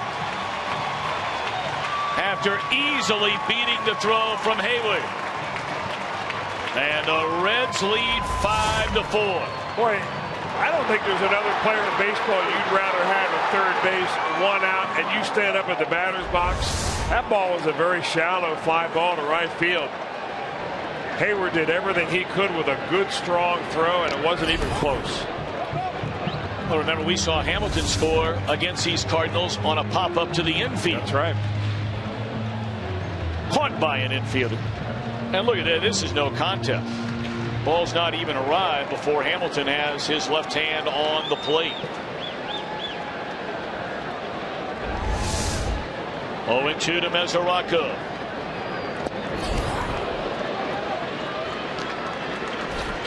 Now it's 0-2, I beg your pardon. 2 outs. Well, Billy not seeing a trainer. They're worried about his finger or hand or wrist. Chapman is ready in the Reds bullpen.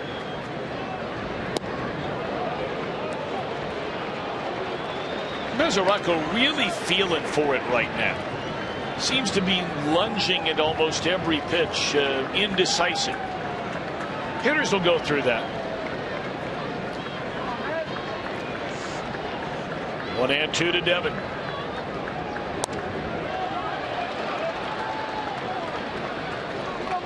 Protective mode there on a 2-strike count.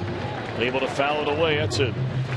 It's a mighty big tack-on run leading out there at second base.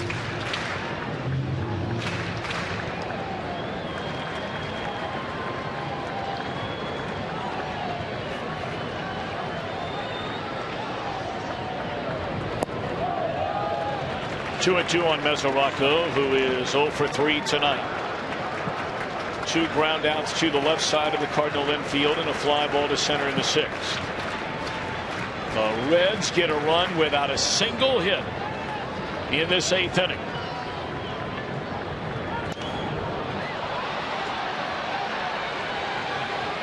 Third baseman comes down the line, and that'll do it. Hamilton with the 1-out walk. Stole second, went to third on a wild pitch. Chapman will come in to try and nail it down.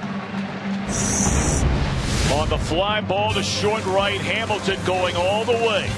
Reds lead by a run.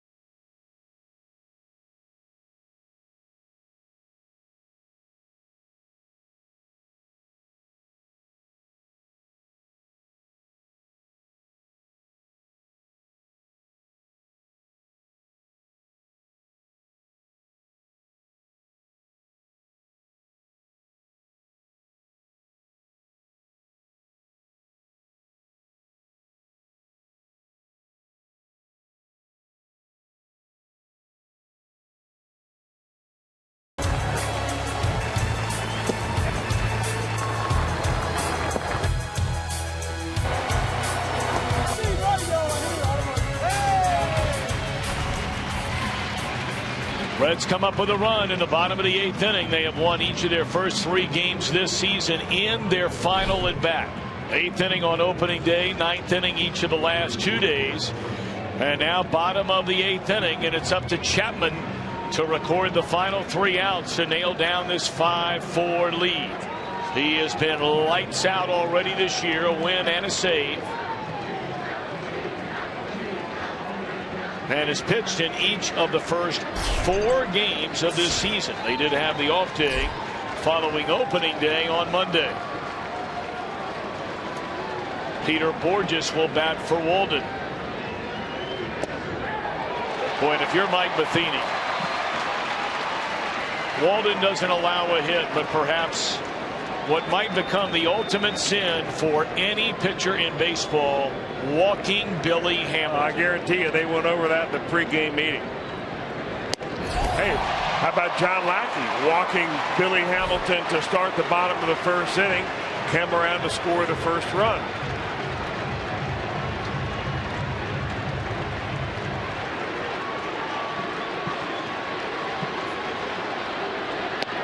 One out.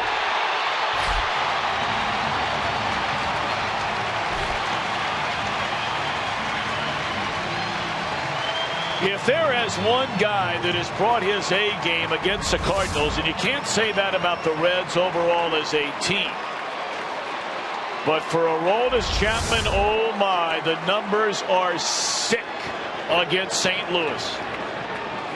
18 scoreless appearances spanning better than 18 innings. And a base hit by Carpenter into right field on the first pitch of his at bat. I think that's the first time in a year I've seen Matt Carpenter swing at the first pitch. One thing for certain, you don't want to get down 2 strikes to Aroldis Chapman.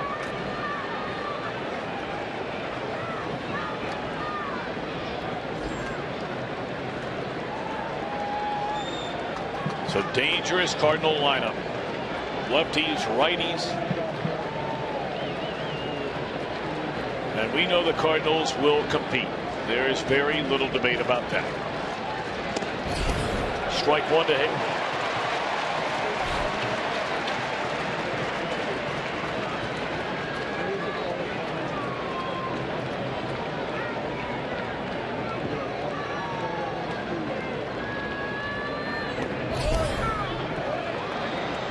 Hayward was having a dreadful night. His first 3 times up, he struck out, a bounce out to Phillips.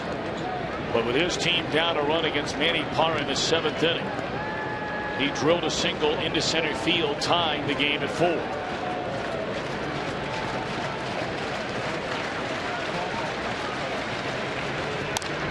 High bouncer, Phillips, and they get the out at second on an amazing play by Cozart.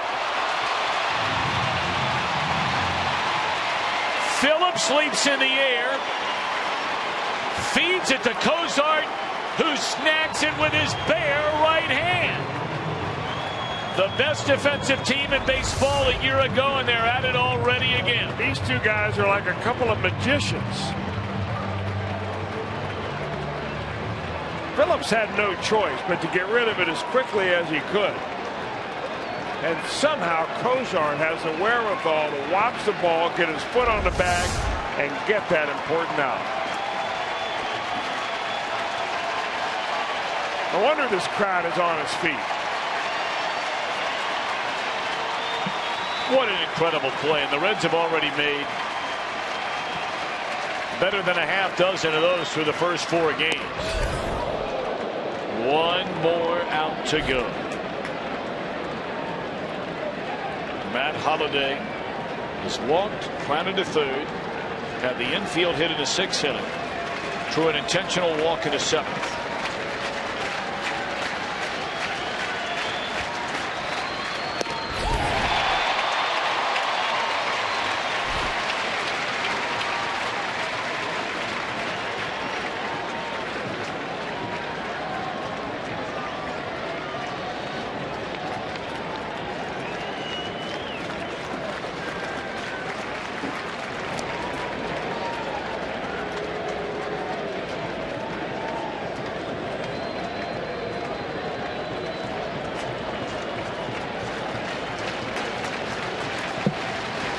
One ball and 1 strike on Holliday.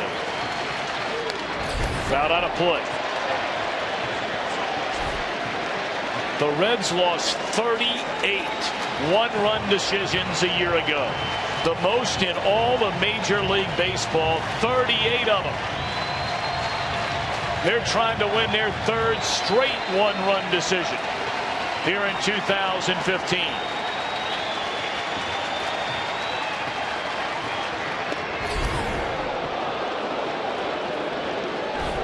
Aroldis reached back for a little extra that time. 1-0-2.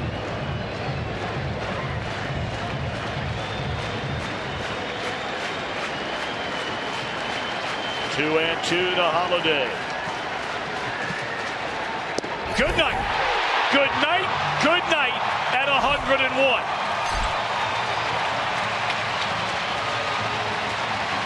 The Reds become the first Major League team since 1912 to win their first 4 games of a season in their final at-bat.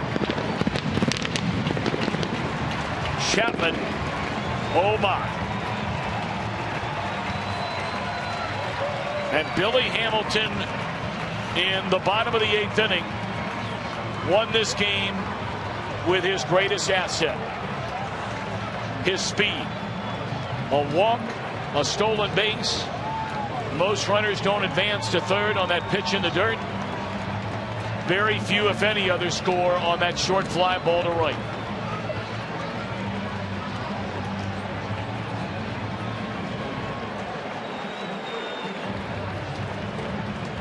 Did we mention the Reds are 4-0? That's a good part. Back in a moment.